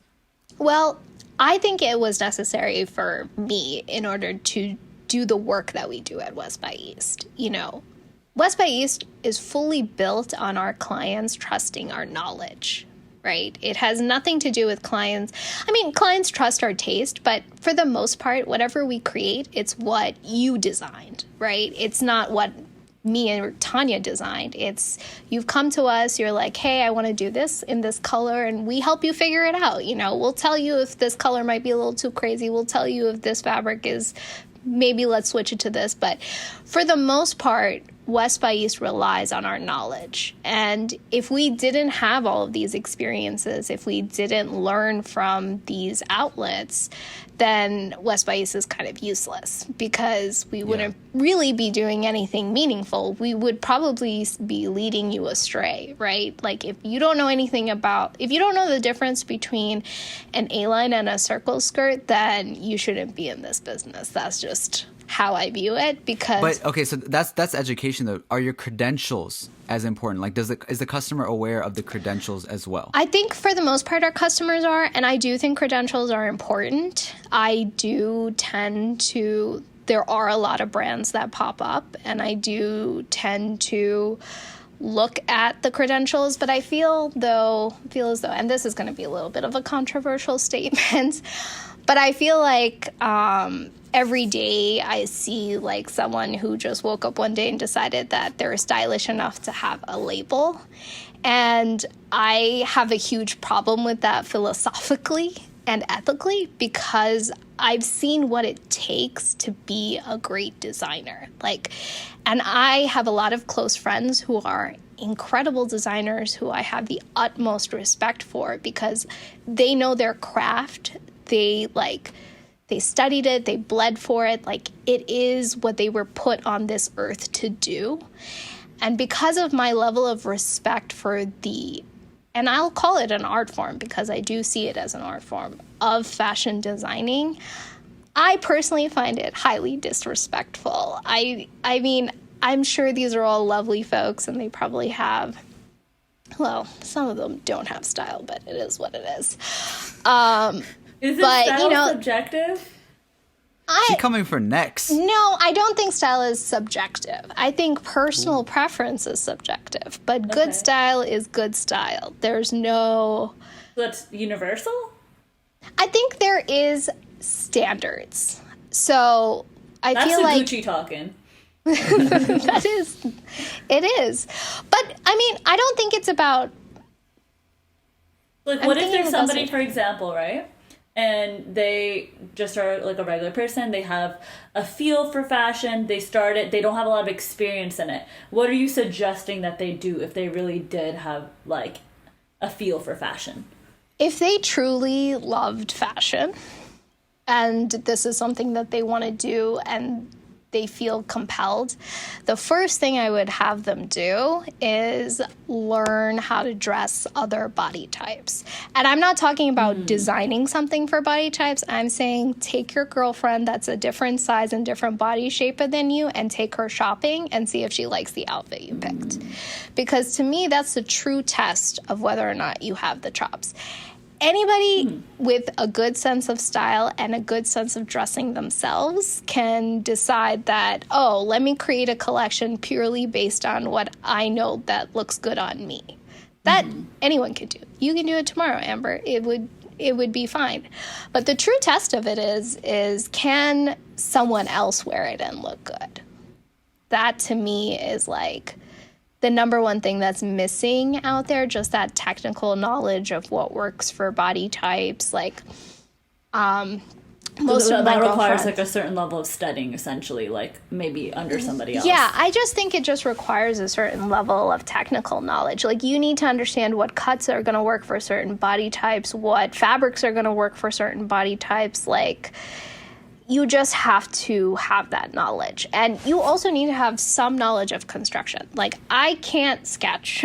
I'm not like a sketcher, but I understand how something is constructed. Like, I understand how a blazer is made. I understand the components that have to go into it. And I understand, like, if someone comes to me, like, I'll give you a good example. Usually clients come to us with, like, some crazy outfit that they saw that they want to recreate. So we don't have, like, the pattern for it or nothing. I have to simply look at a picture and figure it out. So if you have no knowledge of construction, you would have no way of deciphering that, right? Yeah. So I just feel like it's great that people want to design things, and we need more designers in the world, but I feel like you have to take hubris out of it and put the time in. I feel like nowadays, because of social media, you know, there is this sort of instantaneous nature to it, and there are some people that never became formally trained and became sensations, but those people were born with style and they were gonna make it regardless. Like, there's a few makeup artists like that, like Kylie Jenner's makeup artist Ariel is a good example of that. Like, he was like a 17-year-old living his life in Texas, but this was what he was meant to do, and he got noticed and he made it. But not everybody is Ariel, and not everyone is that, you know? Like, it's just one of those things where, I mean, it's a mixed bag. I usually can tell whether or not if someone has the chops, and whether someone is just doing it just because they think that they can do it, you know? You call it an art form, and as, you know, fellow artists, I think that Shah-Ameer and I know we have many conversations about this where we're scrolling through social media and we see somebody pop up in our world or in some sort of world that we admire, and we often question ourselves and question this person's intent and experience and how the world is moving. So, for example, in music, right, you used to have to be able to read music to play music. Yeah. And the more we advance, I mean, at this point right now, Liya, you can pick up your phone and you can produce a full song by itself, and it's going to sound good. Right. Because there's algorithms and tools certain and instruments. Tools that are just made so that you can just click things and you will make a unique song that nobody has ever made before, and it'll sound like a professional song. Right. So the question comes up of when it comes to music, making TikToks, which, like, you know, filmmakers and video editors that spend so much time learning these programs can't make something as viral. Or now we have these fashion brands that you can literally pull up, and we do this sometimes, where we pull up something and just slap our merch on it, and it's as simple as it looks. But what's the difference between the people that understand, you know, the essentials that go into this craft versus people that are following the basic formula for how it gets made? And I think you see that in the long run. I think that that's what we often discuss is, like, I'll be like, bro, like, you know, these people, they're getting millions of views or whatever. Like, you know, this is so successful, and I don't know if they even mean to be that way, or if they even care. Like, I care for my art. I really love it. Mm-hmm. And you know, similarly to how you're passionate about certain things. And some people, they're making money, and they know that it's an easy way to make money, and they're like, they don't really care what they're making, but they're making money. Yeah. I think that there's a frustration like with that. There's like this huge push for people, especially with the internet, to be like entrepreneurs, and that doesn't require the background of whatever Yeah. subject they're trying to be an entrepreneur at. But what I'm trying to say is they don't have, it doesn't matter. Right. Like if you're an entrepreneur and this is your way of making money, like we shouldn't care about it. It just rubs us the wrong way. And sometimes it's just about like, I think for other people's consideration, I'm aware of what most people are doing and how they go about doing it. Most people, when they go through, they're like, oh, this is my favorite singer. This is my favorite video editor. This is my favorite designer. And they might not know that like this person is not necessarily educated in that. Right. And I think that I don't have like an answer or solution. No. I'm just explaining the thought process and the frustration that comes along with, because I know that when people hear what you have to say about like, oh no, like, you know, not everybody has the chops and this and that there are people that will listen and say like, well, I'm doing it though. Yeah. And Yeah, I I'm mean, just I trying think to that's a explain good that balance might be the between both of you frustration. guys. Like how Liya mentioned, you know, there's something that was like innate in her with her eye for fashion. And Frasher's saying that like, you know, you kind of took things from your father and you observed it and you really put it to another level for what would work for you. I think that like on both of those scales, they're both like ways to go about it. I think the biggest thing is that with the push of people being online and having their own brand and having to do something so big without truly knowing what it means to do that thing, that's when it comes across as not genuine. That's when it comes across as fake. That's when it comes across as them not actually knowing their stuff.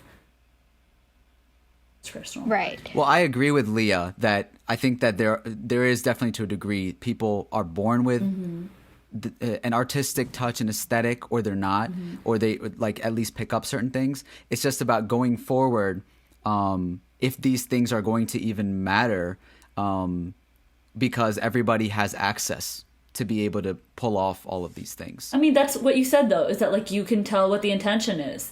Like, you can tell, like, okay, you know what, this doesn't seem like it's real. And I think that people, maybe not everybody will realize that it's maybe not as genuine, or there's not, like, a lot of, like, love and passion put behind it. But there will be people who see through it, people who are passionate about that thing. Like Liya, you could go on a website, and what if there's an West by East that is literally like a factory, like fast fashion, where you just you don't need you in the equation anymore, and it's a lot cheaper. Yeah. Like, I mean, that might be the same or similar thing, Well, but it's definitely going to affect you. I fully understand your frustration, because I too am a creator, and I work really hard on coming up with the concepts that I come up with, and I see, and I know this to be a fact, but I see people, they'll take my ideas and do like I call it the Forever 21 version of it. And because they have a larger platform, they get all of the clout for it. And I'm constantly in that state of frustration myself. And it does affect true creatives, because I feel like it stifles, it makes you hold yourself back a little bit. It's like having something stuck in your craw. That's what it feels like. It's like this frustration of like, I did all of this work. I have all of this skill, and then this mofo gets all the attention? Like, what? That's like a constant feeling I have. But then there's the flip side of it, where if it weren't for these platforms, we wouldn't be able to put our work out there and make it as accessible, and perhaps get that opportunity one day for ourselves. And you might still have to be at Gucci. Yeah. If this was still how it was in 2008, I would have still had to stay in that world in order to do anything and move forward, right? But because of this world, it is what happens when you have a democratic system, right? Yeah. There's gonna be winners and losers, but it's the fact that the opportunity exists equitably. That's always the goal, right? When I look at those situations, I'm like, oh, maybe, let's say I have like great art, but I have to learn those other skills. Like, they're much better at, maybe marketing it. Maybe they're much better at, doing all these other skills. And that in itself is an art form that they might be better at. And that I have to learn. That's definitely true. I see a lot of brands that don't produce the same level of quality or don't provide the same level of customer service as we do, but they are so good at marketing themselves, like shamelessly good at marketing themselves, that I'm constantly like, that's what I gotta do. Like, I just can't have all of these holdups that I have. Like, I feel like sometimes creatives have, like, we have this, like, code of ethics within us that we follow because we want to preserve the purity of what it is that we do, because we respect what we do, right? And we love what we do. And if we were to just cheapen it in some way by engaging in the nonsense that you see out there simply for getting those numbers, we're not going to feel good about what we put out, because it's like, I did it because I know that if I do this... settled. You know, that's just how the space is. And I'm constantly battling it myself. Like, you know, a lot of my girlfriends, I have this like group of girlfriends that I talk to every single day that we're like each other's cheerleaders, and we're kind of all doing the same thing. So we kind of understand each other's frustrations when, you know, you're in this creative space. And I like posted a reel. So I started like sketching during the lockdown, which took me years to have the courage to do. I know it sounds crazy, but a lot of it is because, guys, once you see like Karl Lagerfeld's sketch, I just feel like I have no right doing it. Like, it's just, and he's a problematic figure of fashion. People do not come for me in the comments. I am aware. Like, I know, you know, there's a lot of baggage there. We can unpack it later, but the man was good at what he did, and you can't take that away from him. It's just the truth of it. And, you know, I've always had this hang up of like pursuing something for myself, because I'm just like, I'm not at that level. Or I see my other fashion designer friends who I think are geniuses and are just so incredibly talented. Like, I'm not at their level. I can't do that. I can style, I can put together a cute look, I can do that, but am I really at that level? And like during the lockdown, because everything was kind of like shut down, I got a lot of time to like, it wasn't like go all the time. Like I had so many like styling projects and stuff, and everything kind of quieted. So I was like sitting around and like watching Dior and I, this documentary that I watch all the time for like the millionth time. And my husband walked by the screen. He was like, why don't you just do this? You can do this. You can do this. And I'm like, no, you can't. I was like, this is not like, I can't do this. And he's like, you can do this. Just try. So I've been like trying to be like open about that journey of like getting over that hang up within my head.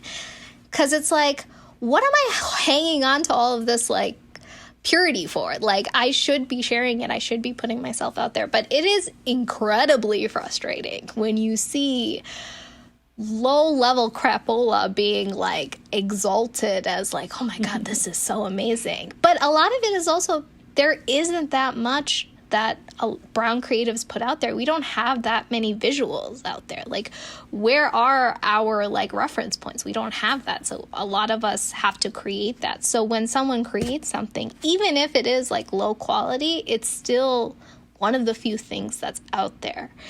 But, you know, it's hard to find people that see it the same way. So I'm very conscientious about who I choose to work with, which is why I loved working with Anik Khan.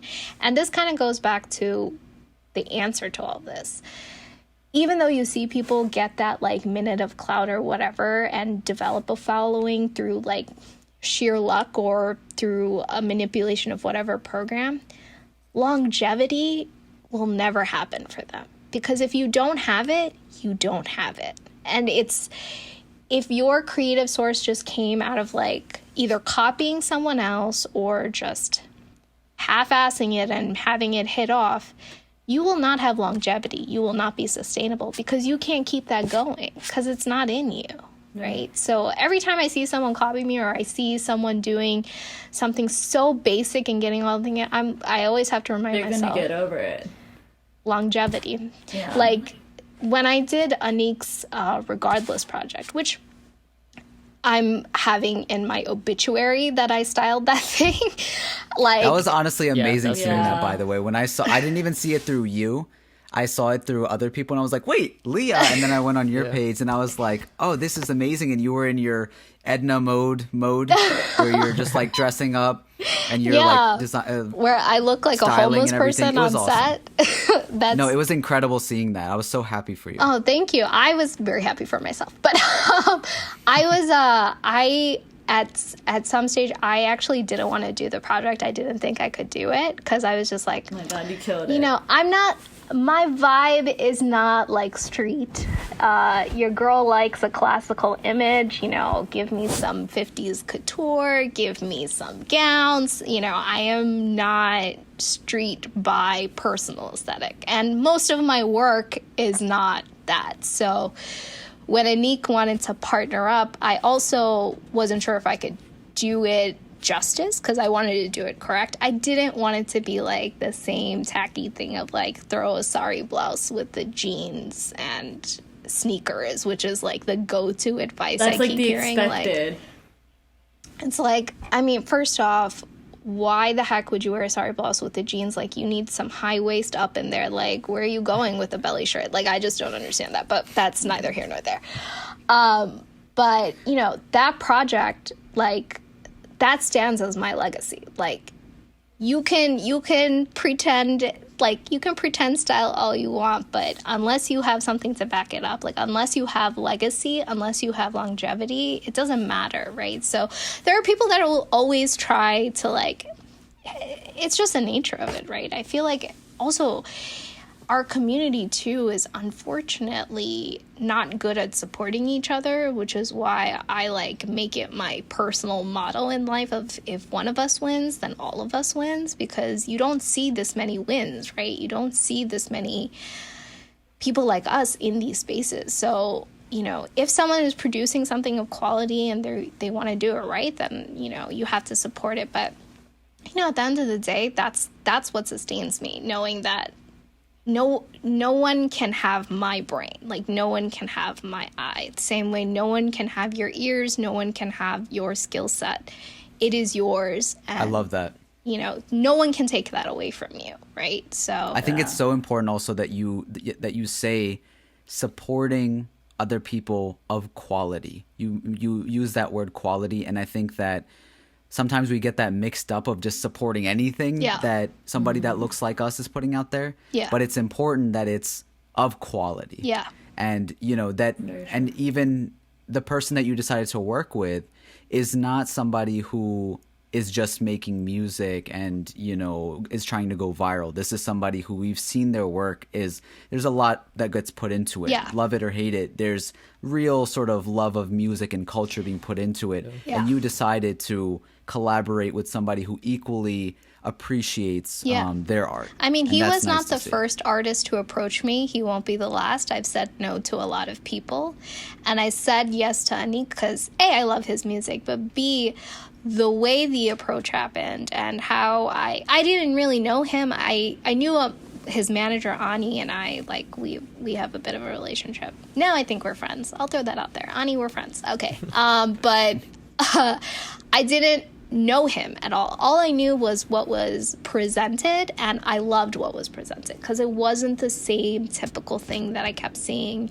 It didn't give me brown F-boy vibes. It gave me someone who was thoughtful, who had a true raw experience that he channeled into his art form, and he was truly doing it for the culture, for the representation, but he wasn't being cheesy about it. You know, sometimes I feel some folks, you know, milk that stereotype, that cheesiness for the views and just because they think that this is what they have to do. But I don't see too many people that put out thought. And I feel like you guys are some of the folks that do that, where you're very thoughtful and intentional in what you're doing, in what you're satirizing, right?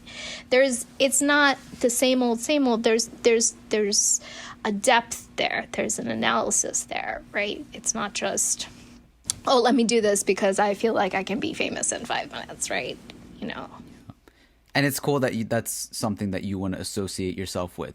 Will you go on in the future to possibly do more music videos, or if you ever had an opportunity with films or anything like that to style sets? Ooh, I mean, I'm retired, guys. Styling is a young girl's game. But if One music video and retired. One and done.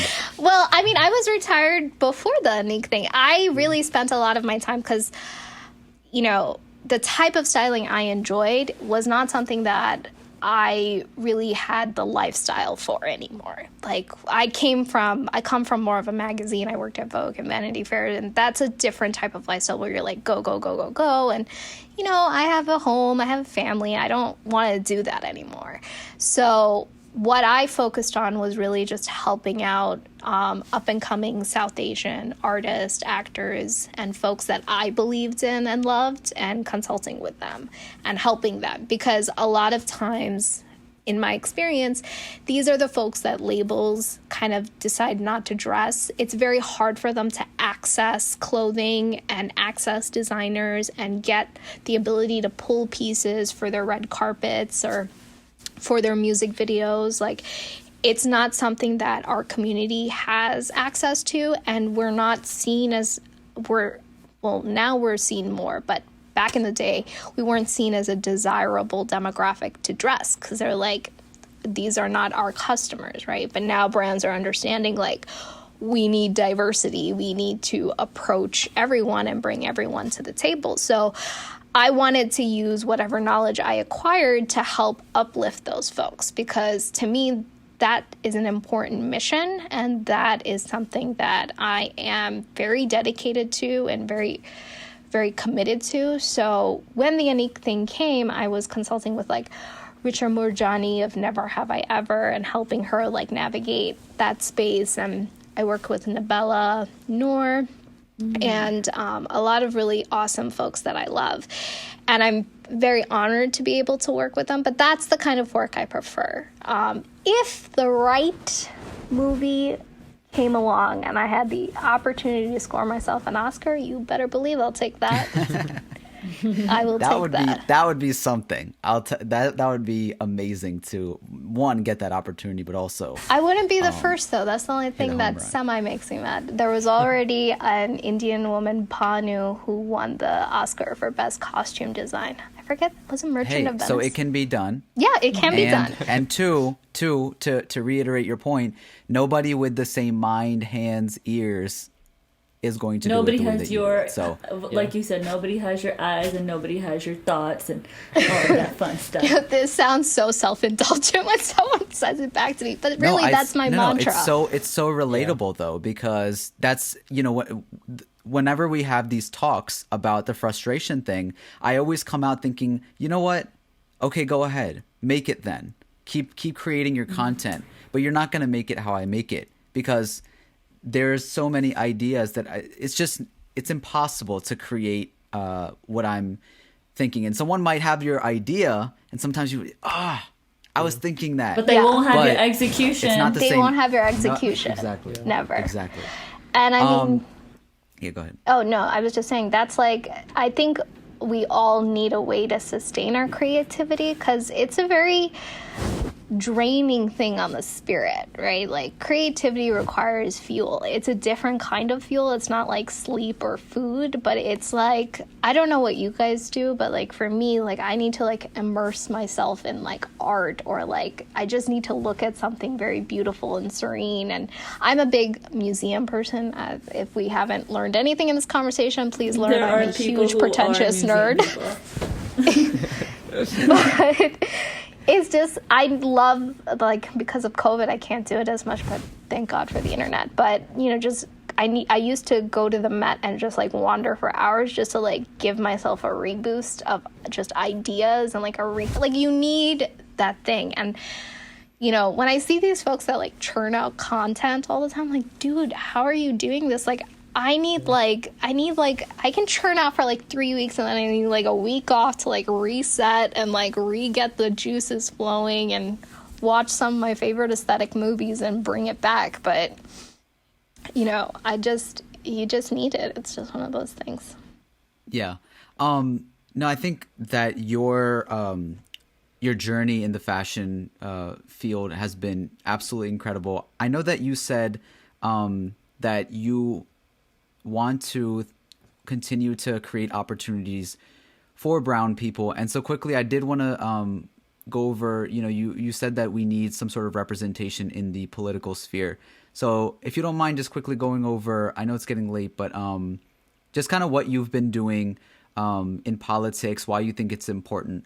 and you know what your kind of hope is to get out of that. That's what you're currently doing, right? Yeah, so I mean, I work full-time with West by East, and I work full-time for the New York State Senate. I re-entered politics in 2016. That's kind of when I officially retired from styling.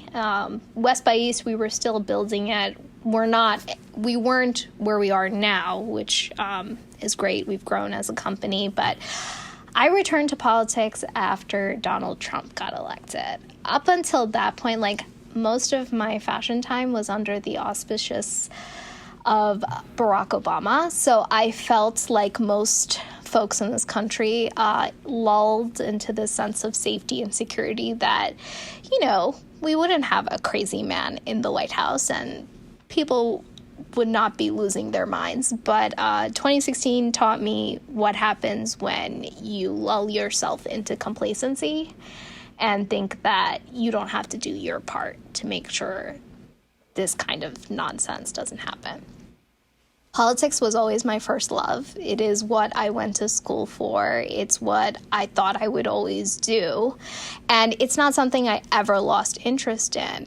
But when he got elected and that happened, it really woke something up in me where I was like, what am I doing? Like, I'm helping create pretty images. That's it. Like, what is the purpose of this? Like, does my life have any meaning? It was a bit of an existential crisis, if you will, but I felt compelled to action. So I I didn't really have a career in politics, but I started up as an organizer for campaigns. And I helped run a lot of the critical elections in 2018 in New York and helped flip the state legislature, as well as helping elect the first Indian American to the New York State Senate. Okay. Slow down. How does one go about even? I'm in your not in your shoes. I'm in my own shoes. I'm thinking very similar thoughts of, I don't feel like making music right now. I don't feel like doing art. There was, at the time, I think there was like all the protests that were going on. Yeah, the Muslim ban. That, and then just continuing on, you know, year after year up until recently with all the Black Lives Matter protests, of just feeling like, what does my art even mean? I don't feel like being funny. I don't feel like creating anything. I'm not doing enough. How do you go from that feeling to literally what you're stating as, like, you know, you're working for campaigns and you're actually making real impact? So, you know, I think there's this false conception that you need to have like a law degree or a master's degree to be involved in politics. You don't? You don't. Absolutely not. Oh, okay. I am a college dropout, so, you know, you don't. You start by the fundamentals of politics. You know, there's the fancy stuff of like policy creation and all that jazz that people love to talk about. But the true heart of politics is organizing and getting people to vote. And that doesn't require anything more than the willingness to speak to people one-on-one or on the phone. That's it. If you are a people person and you are able to, like, I came from sales at that point, so I can talk to a wall if I need to make a sale. Like, that's just something I'm able to do. And listen, I put in years at the debate club. Is that why they built the wall? That's why they you built asked the wall to get built, They needed you to sell to the wall to make it come down. That's the concept. But, you know, that's the fundamentals of grassroots politics. And that's what got Obama elected. That's what got AOC elected. That's what brings people together and mobilized for a cause, right? So when 2016 happened, and then shortly after that, there was the Parkland shooting in Florida, the school, which a lot of one of the folks that was killed was actually a resident of my neighborhood of Long Island. His parents were here. Scott Beagle, he was one of the teachers that sacrificed himself to save his students. Wow. So that climate in which I re-entered politics was a climate of people scared. You know, during that time, I saw the formation of Muslims for Progress, who most people don't know this and they don't get the clout that they deserve, but they are one of the biggest reasons why Alexandria Ocasio-Cortez is a congresswoman today. They did so much to help her get elected. They did phone calls. They fundraised for her. And it was a community that didn't even live in her district, but they were a community that knew they were under attack and were scared. And they're like, we need to do something. And they turned to politics. Most of them had never been in politics. They were, working professionals that just were scared for their kids to go to school, and were parents, and they were trying to understand why this country is going this way. And they realized that this is how they had to get involved. They had to get involved in elections, right? So that's where I started. I started as just a field organizer, and my job was to get volunteers to come volunteer for a candidate and, advocate for him and go out and make phone calls on his behalf. And, from there... That's what Obama used to do. Yeah, he was a community organizer. That's how he started we could have another future president on this podcast. Well, I wasn't born in this country, folks, but... Darn. Don't worry, I'll be a tiger mom and get one of my kids to do it one day. There you go. The goal. No, but, that is the fundamentals. That is the foundation. And I think what my life has taught me is if you're not a master of fundamentals, you won't get far. Whether it's fashion, whether it's politics. If you don't know how to connect with someone on a one-on-one basis and leave the jargon crap out of there. I know people that can talk policy and political philosophy for hours, but will not speak to a single voter. Dude, your knowledge means nothing then, because if you can't get someone to the polls to cast a vote for what you believe in and get them to understand why it's so important, then you're useless to me. That's useless work. Where do you think that our community lacks in this? I mentioned that there was the Black Lives Matter protest going on. I know that you are one of the founding members of the Malayalas for Black Lives Matter. How do you get our community to care? Where do our community lack in politics? I think where our community lacks is just understanding that you are not safe. As much as you want to think... South Asians are a product of the model minority myth. I'm sure you guys have heard this phrase thrown around, but it is this, I call it a delusion. Others might have a much nicer phrasing for it, but I don't. But it is this belief that if you keep your head down and you do X, Y, and Z, you're going to be just fine. That's the fundamentals of it, right? And as a culture, we're trained from the motherland. That's not something that's new here. That's just how we think, right? It's don't cause a ruckus. Just don't cause a ruckus. Get your degree, get your money, and keep it pushing. That's all you need to do. But at some point, we need to realize that we are a part of a whole, and we need to claim our piece at the table, right? And I feel like more and more South Asians are getting mobilized because they understand how the problem is affecting them directly. I mean, the Muslim ban is an excellent example of this. A lot of the community that's here, most of them are doctors, they're surgeons, they're computer engineers, and all of a sudden, for them, and this is a bit of a post 9/11 world where, enough time has passed where they felt like they've, reached a place where they weren't going to get penalized again, if you will, for lack of a better word. But then this ban happens and this dude is elected to office where his gang of minions is talking all of this nonsense. And the first thing he does is this ban.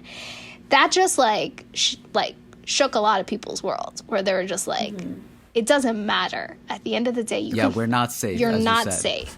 And I tell this, to folks that, because we're Indian Christians, I come from the Indian Christian community, there's also another falsehood of, well, we're Christians. They're not going to come after us. We're just like them because this is a Christian nation.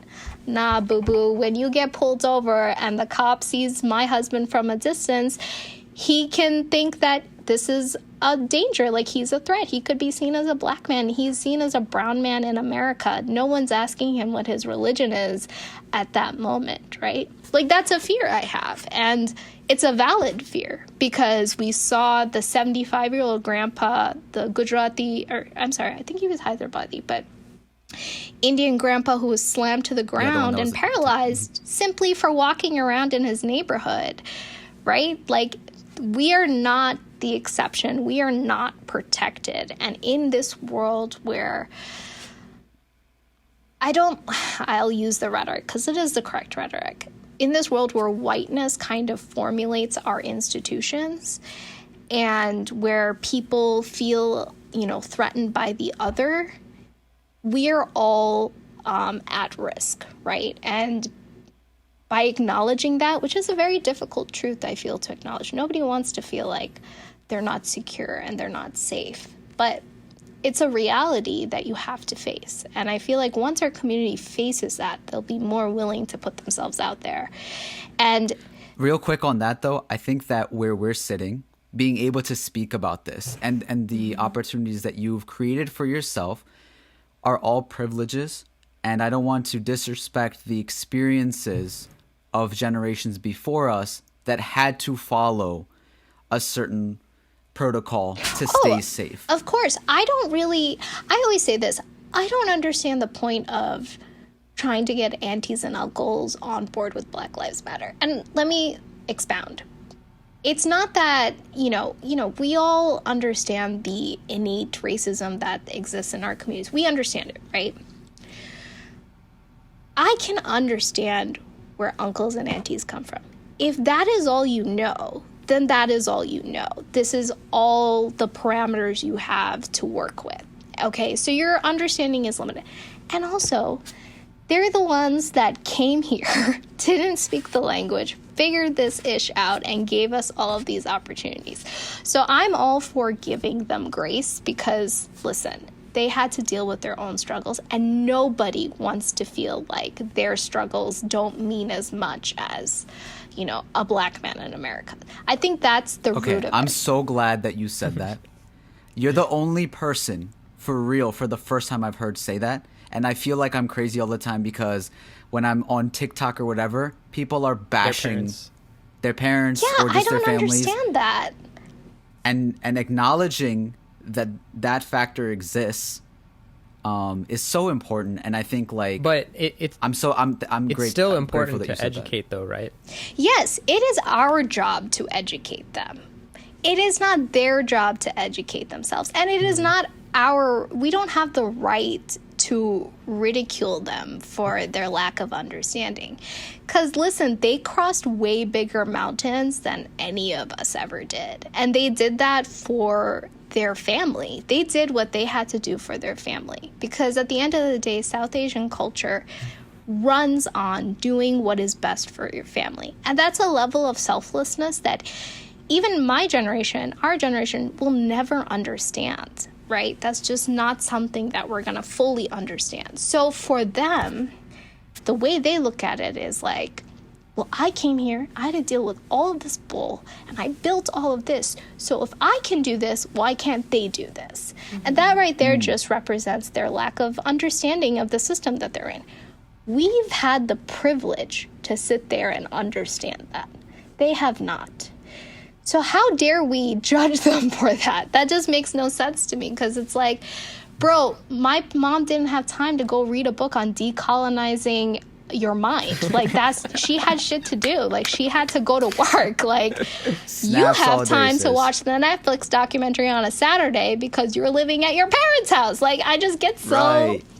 I just don't understand that. I love those memes that are like, my dad came here with $5 in his pocket when he was 16, me at 16 doing TikTok dances. Like, I love that because it's so true. It's like, what is it? There's another saying that's missing my mind, but that to me is the fundamentals that we have to understand. I don't think the object should be converting the elders. I think the object should be fixing your crew. Like, fix yourself and educate yourself and do the work yourself and make sure that folks that are born and brought up here aren't perpetuating certain nonsense, right? Like, I'll use the best example, the use of the N-word in the circles that I see. Like, the level of problematic that is just like next level, but I just dismantling that means you've done incredible work. Like, that is an achievement and should be, advocated for. But I just don't think that, it's not fair to go after uncles and aunties. Like, it's not productive. It's not. What are you going to gain except for just feeling like, oh, I stuck it to the man. Like, they are the authority figure in your life, so you want to feel some sort of power over them. You need to get to the deeper issue. Yeah, that's not. If you're hating on your parents for something like that, you probably just don't like them. Yeah, and you should probably figure out what that problem is. That's your own childhood trauma you got to unpack. That's not going to happen on my time. That's just, I also don't like I don't like when people use don't come from the uncles and aunties. Come on, man. Like, you're here because of them. Like, it just, there might be things that they do that are distasteful and, but it's our job to be empathetic and understand where they come from because we've had the privilege to not have the stress that they had at our ages. Right on. Leo, what is your takeaway and your mission going forward for all of our listeners before we wrap this thing up? Well, my mission moving forward is really to use my platform to share all of this knowledge I've accumulated over the years and really just empower folks to follow their passions and feel that they have the ability to do whatever it is that they set their mind to do.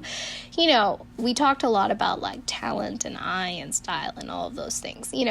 That's all one area of the spectrum, but what I constantly see in clients and like personal life and all of these things are just people unwilling to take the jump to live their truth or pursue what they want because something's holding them back. Either it's confidence or resources or what have you. But for me, I just want to use my platform to be like, if you want to do something, you can do it. Just put your mind to it. I mean, I think my life is an example of that. Like, when I decided to drop out of college and do all of these things, it was not a popular decision, and to date, it's not my parents' favorite decision I made, but it all worked out because I just had to believe in myself and do that work to get there.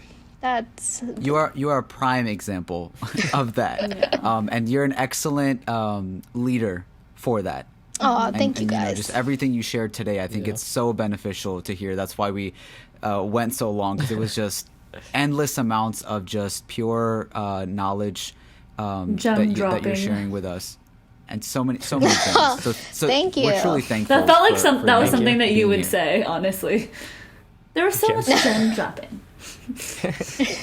I'm sure she has a word. I'm sure she would. Gem dropping now. A lot of this stuff I can't pre-plan. It just comes out of my mouth, No, and it's important when you say, like, you want your community to be in a certain light. Yeah. It's important that you share your story and show lead by example of what that was. So, and I think the reason I sent that DM was this year I made this conscious effort of I need to stop. This is going to sound so stupid. I need to stop hiding my light under a bushel. Somebody said that to me in 2020, and I was like, that's going to be my phrase forever. Like, I have this tendency, because I don't ever want to come across as like this obnoxious asshole always bragging about herself. So I tend to like keep my stuff to myself. But then I realized, who am I helping by doing that? I'm really just feeding into this faux image of humility of myself, but really I'm not paying it forward. If I'm really about empowering people and sharing what I know, then I need to talk about what I've done.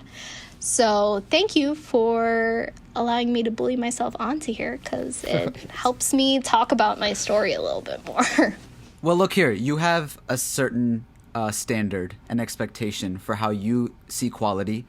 Look at it as this. So do we, and we feel honored that you asked. And sometimes when we're, in front of so many different people and interacting with all these people, we don't always get to put everything in front of us and say, oh yeah, we have to have this person, this person, this person. So you helped us, and from there's also a lot of people that reach out to us and say they want to be on the show or whatever, and sometimes we get to just seek out. We knew from the beginning that we loved you when you came onto Brown Code, and when you were messaging us, and it was just you're a lovely person, and this had to happen, and I'm so glad it did. So well, wonderful. Well, I love you guys and everything that you do. Thank you. Where can people find you if they want to follow you and keep up with all the great stuff you do? You can find me on both the Instagram and TikTok at @AMMAChic_. So it's AMMAC chic CHIC _ Linked in the description. And then for any of you got a wedding coming up, you need a new wardrobe, hit up West by East, and I'll share the link for that as well. The show. For sure. This is Strange Flavors. We have to end the show with one very important question. Shah-Ameer, if you want to ask that question. If you could describe yourself in any flavor, what would it be and why? We're not like even understand what she's about to say. Of ice cream, like any flavor of anything. Any flavor of anything. It doesn't just have to be restricted to ice cream. Popeyes fried chicken. Whoa. That is left turn. Why? That is because consistency of excellence. Oh. That is why. Say less.